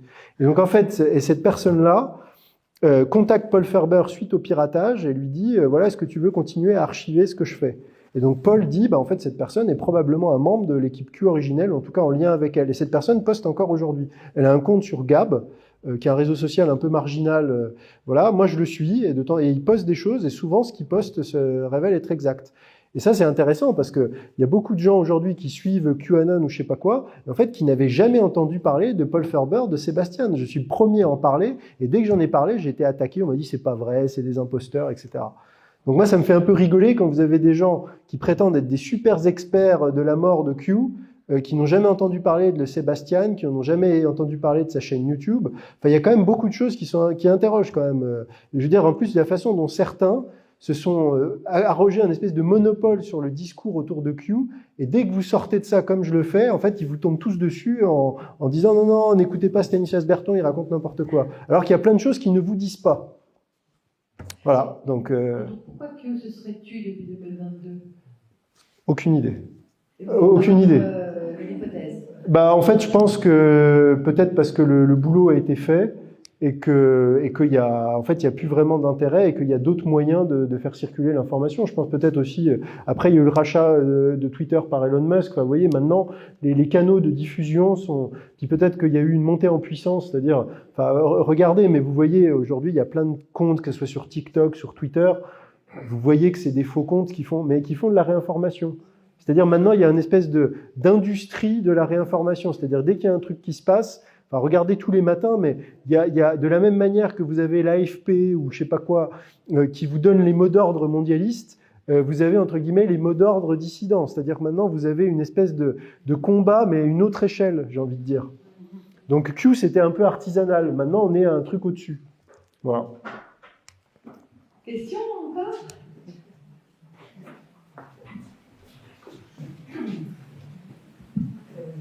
Vous avez évoqué tout à l'heure le transhumanisme. À l'époque de Q, quand Q publiait, quelle était sa position ? Bah en fait, Q a jamais vraiment parlé de transhumanisme, mais bon, il a toujours dénoncé le mondialisme et il a clairement, il a pas, comment je pourrais dire ça ? Il a pas parlé, il a pas dit on va vous pucer, on va vous, mais enfin. J'ai pas de poste là qui me reviennent en tête, mais enfin clairement vous comprenez que Q n'est pas aligné sur le projet mondialiste, mais enfin le projet transhumaniste pas du tout. Je veux dire, ne serait-ce que par ses références chrétiennes, par ses. Alors après le Q qui poste après dont je veux dire en plus il y a 3000 posts, donc je les connais moins bien que l'archive, mais je crois qu'en 2020 il y a eu des choses à propos du vaccin. Je suis pas sûr. Il faudrait revérifier. Mais par contre, il y a une chose que je peux vous dire, ce qui est assez rigolo, c'est qu'il y a eu plusieurs posts sur 4chan. Je vous ai dit, vous savez que 4chan, c'est tout. Hein. Il y a le pire et le meilleur. Mais il y a eu plusieurs posts dès 2019 sur 4chan qui disaient il va y avoir un virus qui va arriver en 2020. Le virus en lui-même, c'est pas le plus grave, mais surtout ne prenez pas le vaccin, parce que c'est le vaccin qui va vous tuer. Et ça, il y a des posts, on a des archives sur 4chan qui disent ça dès 2019. Et Paul Ferber a trouvé une archive encore plus ancienne qui date de 2015 où il raconte, alors c'est pareil, on peut jamais vérifier si c'est vrai ou pas, mais une réunion de 2015 à Londres, Londres c'est un des centres du mondialisme, où des gens planifient déjà une guerre entre Israël et l'Iran, et un des participants de cette réunion dit « Dans les années à venir, la Chine va attraper un rhume ». On est en 2015. Donc, vous voyez, quand je vous parle de cette guerre de l'ombre avec des choses qui sont prévues très longtemps à l'avance, voilà. Donc, ça aussi, il y a aussi une chose, et peut-être je terminerai là-dessus, c'est l'humilité, parce qu'en fait, voilà, même si on fait de la réinformation, même si on fait le travail que je fais, il faut garder en tête que nous, on est vraiment en bas de la chaîne. C'est-à-dire qu'il y a des gens qui réfléchissent à ces choses-là sur des plans, sur des décennies, que ce soit dans le bien ou dans le mal. Et voilà, il faut essayer, je terminerai là-dessus, il faut essayer, pour ne pas se perdre dans ces choses-là, de faire ce qui est à notre portée. On a des choses qu'on peut faire, ce que fait Michel avec Temisia Joya, voilà, agir au niveau local, au niveau de la Suisse, les combats qu'il a menés en Suisse, les combats qu'on a menés dans sa famille, dans son travail, voilà, des choses sur lesquelles on a prise. Parce que des fois, on peut être tenté de se dire qu'est-ce qui se passe à Washington, qu'est-ce qui se passe à Moscou. Mais en fait, on n'en sait rien, c'est au-delà de nous. Par contre, ce qu'on fait aujourd'hui avec nos proches, ce qu'on fait dans notre vie de tous les jours, avec nos collègues, avec voilà les gens avec qui on travaille, avec nos voisins, dans notre vie locale, dans notre pays, ça encore, on peut avoir une prise dessus. Et ça, je pense que c'est important. Et toujours la question spirituelle, ça aussi, voilà, la relation avec Dieu, prier, voilà, aller à la messe, tout ça, c'est des choses, voilà, c'est des choses concrètes et qui dépendent que de nous. Donc l'important, c'est toujours de se concentrer sur ce qui dépend que de nous et ce qui a un impact immédiat, sans pour autant perdre de vue, bien sûr, la vision globale. Merci beaucoup. On va conclure ici. Merci. Merci à vous.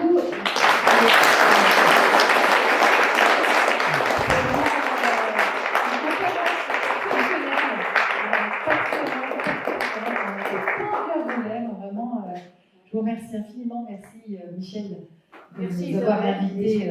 Stanislas Bertrand, moi c'est la première fois que je vous vois en conférence. Et Dieu sait, j'ai vu défiler des conférenciers depuis 5 ans. Mais je me suis franchement régalée. Donc merci infiniment pour votre clarté, pour votre honnêteté, pour votre courage et votre engagement. Merci. Merci beaucoup.